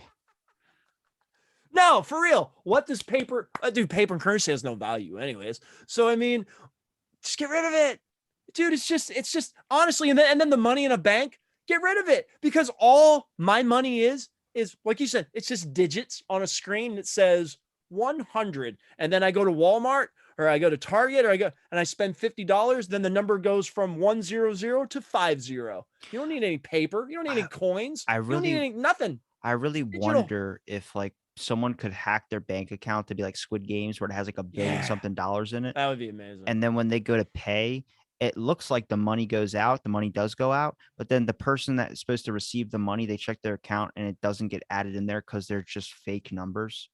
That's the new form of counterfeit, like checking a $20 bill. Yeah. No. That's what I'm saying. Because people counterfeit money, and then like you're putting them up to the light, or you're putting the marker on them. Yeah, people would just hack. You're right. People would just hack. We gotta do a segment on this show where we talk about the people that we've lost this year, like Aunt Jemima. They're gone forever. It's now the paper sugar mill company or whatever it's called. I don't know. I didn't even know this. Yeah, they replaced Aunt Jemima because they didn't. I don't know. It's really crazy. They were saying how it's racist, but it's like then you took all like the only. It was the only How it was the representation. It's like syrup. It's like you need to have fucking syrup. Like during the Asian hate movement, they're like you need more Asian people in your films, and it's like you know what? Then we just can't have this, and then they just took them all out, and it was like why would you take them out? You got to put in more. What are you talking about? They're like, no, this is how we fix the problem. That's how they do with their education systems. Okay, if this race is struggling with education issues, then you know what? Tear down the education. No more education. It's like, no, you fucking idiot. You make it equal for everybody. Don't just nobody gets it. So if this person doesn't get it, nobody gets it. That's their train of thinking. I was like, what is happening right now?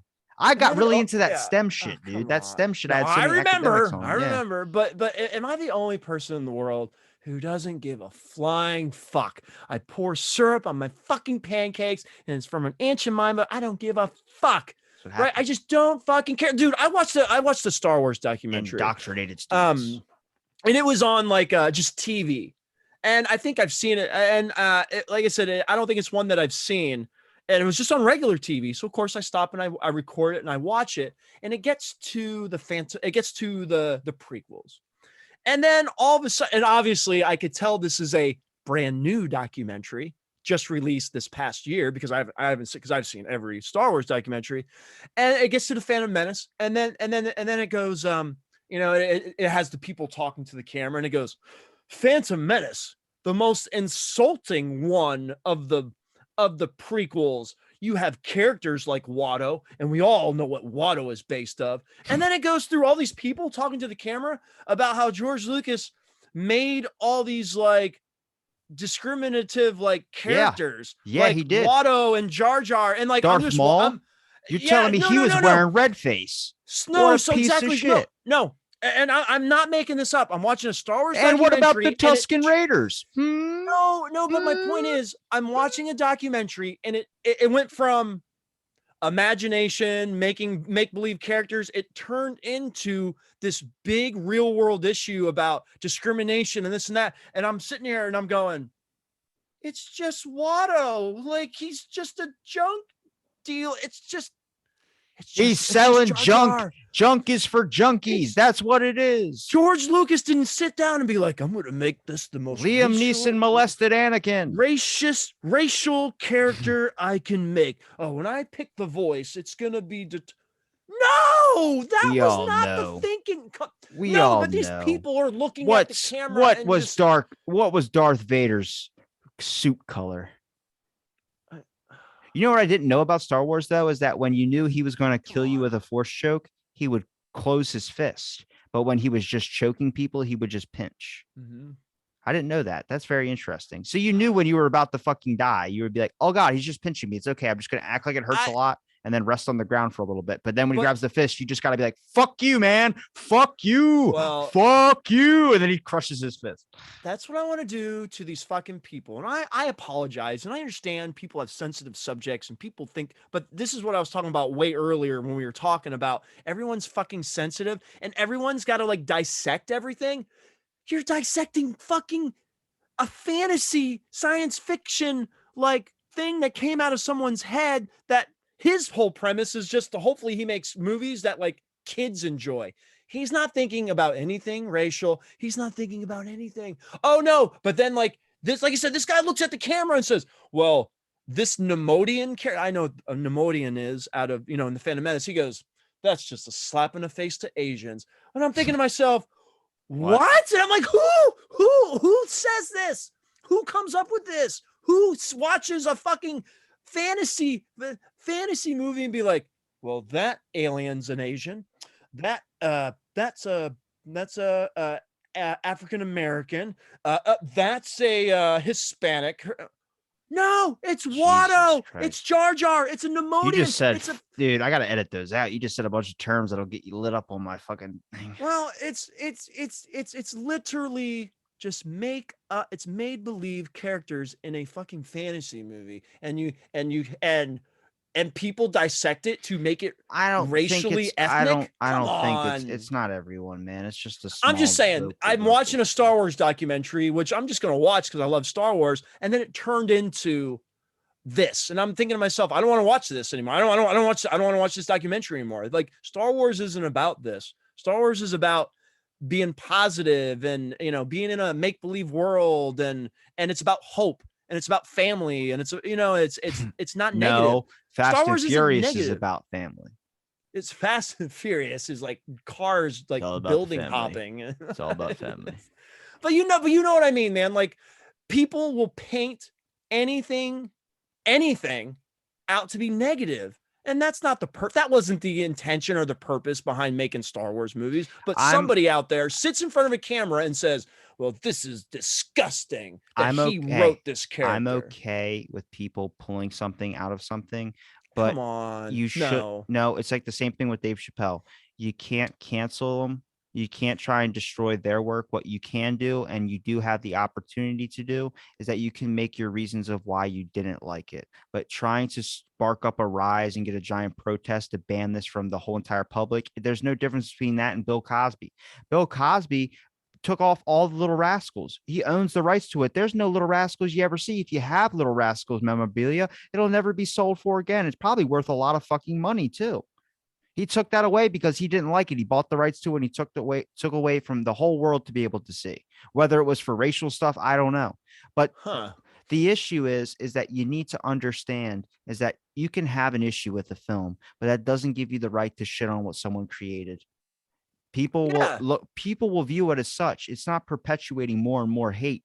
You got something out of it that no one else really did. So that means you can make reasons of why you didn't like it. Make a fucking YouTube video about why you didn't like Star Wars. There's plenty out there of people making videos like that. For real. So for sure. That's the thing, is like, people want to be like, I can sue him and get billions of dollars from it. Like, everyone now has to filter into their head of like, am I worried about losing sponsorships? Am I worried about losing my job? Or am I worried about losing my fucking, what did I mention earlier? What did I mention earlier? Retirement stuff. What do you get when you retire? Your pension. Your pension, your 401k. I'm afraid of losing my pension, so I'm more than happy to let the homeless population get out of control, because if I try and say a word that's going to fix it, I could be fired and lose my pension. I'm just tired of every little thing becoming an issue. It's not that big, people. It's not that big. Just let entertainment be entertainment. It's not that deep. It's not. I think more people, and it's not that deep. More people just need an outlet like how me and you have, where we can just talk and have a general chit chat. Yeah. I mean, I just like I said, it's just like, do you literally not? Yeah. You just don't have an outlet. So you just have to make negative light out of every single thing you encounter.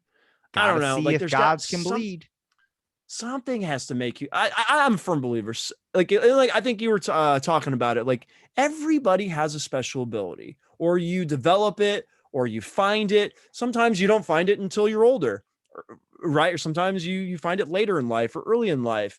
But I believe that everyone has a special ability of something, and like I said, man, focus on that. I don't know, focus on that, or try to find it. Try painting, try sculpting, try building, try puzzles. I don't know. Just do whatever makes you happy.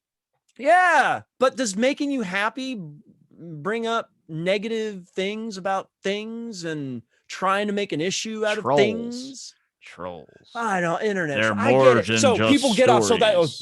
well, Lando, that's what makes me happy. Getting off on making other people get into it. right? Making people mad because I Yes. troll them online. That makes me happy. As soon as I see someone say "go kill yourself," I feel like I can come at that moment. That's fucked up. That's how they get off. That's how they get off.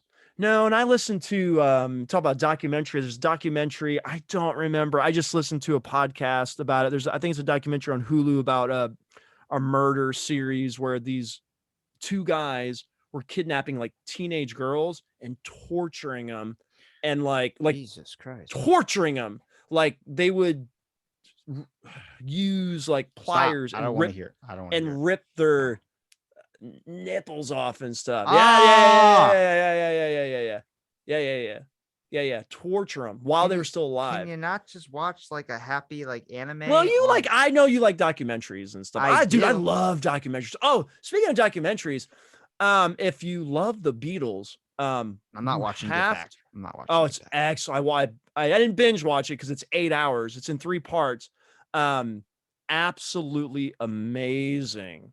And all you do is you see January 2nd, 1969 to January 31st, 1969, and you get daily footage through the whole month. And it ends with the performance on the rooftop, which, by the way, is amazing because it has all the hidden cameras. So you get to see all the camera angles when they were filming the roof. So you see the police come in the bottom floor going, hey, we got 100 complaints in the last 15 minutes. What's going on? And like the receptionist just like, well, I don't know. I think they're like filming, recording something for something. And like, they're just stalling the cops. It's so fun. It's really cool. Really, really. If you're a Beatles fan, you should definitely check it out. That's real. There's your real life. Get to see Paul McCartney, control things. Do you want to promote your show? Because we're hitting up on that My 3-hour mark. I gotta No shit. Yeah, I gotta go to the bathroom. You always do this to me. Oh, yeah, I gotta take a shit. No, I never say that. That never happens. Oh, sorry. You say that when the recording light stops. How dare you on 1,000 episodes soil my program with your There you go. I gotta pull the curtain. I love pulling the curtain back. It just makes it more real, right? pull the curtain back and let everybody know that I'm an Ellen behind the scenes. Whipping people with car antennas. That's crazy that she did that shit. What a nut job. Well, whatever. Well, I'll say this if we are wrapping up. I will say this, man. I'm for the episode 1000. So Robbie, I'm so glad that I accidentally met you and came on your podcast, not knowing what the hell was happening or what it was gonna be about. Because all I thought to myself, which a lot of people say, is what's so interesting about me. Right. And I said that I even said, oh, you're making me episode 1000. I'm like, why are you making me episode 1000 when I think you've had way cooler guests and people? And I think there's way cooler people to me to make your show go on a hiatus or whatever. But like I said, I really appreciate it. But like I said, you're a good dude. You got a good heart, and you care. And that's what separates you from everyone else. That's why I listen to your podcast. That's why I love you as a brother. And you're part of, like, I consider you part of my family. So, and you're a genuine person. And that's what comes across through the microphone, through YouTube, through Apple podcasting and whatever. The real person, even though like I said, I know we all try to get some real stuff out of you, and I have in past episodes, but that's why people listen. That's why people come back, because this is real. It's no BS. We're just talking like if me and you were just talking like on the phone, and you just post it. And that's what's really cool. So I want to thank you for being my friend. I really appreciate it. I appreciate you checking up on me. This has been a really, really hard year for me. And as much as you could be there for me, you were checking in on me, making sure I was okay. And that's what a friend does. And I really appreciate it from the bottom of my heart. Care about so this is a good guy. I just want everyone to know, because we're going on hiatus. I just want everyone to know, man, this is a good dude. It's a good thing I stopped recording a minute ago. It's still on. So anyways, you can find all the sappiness aside. You can find Lando Bully Bros on YouTube.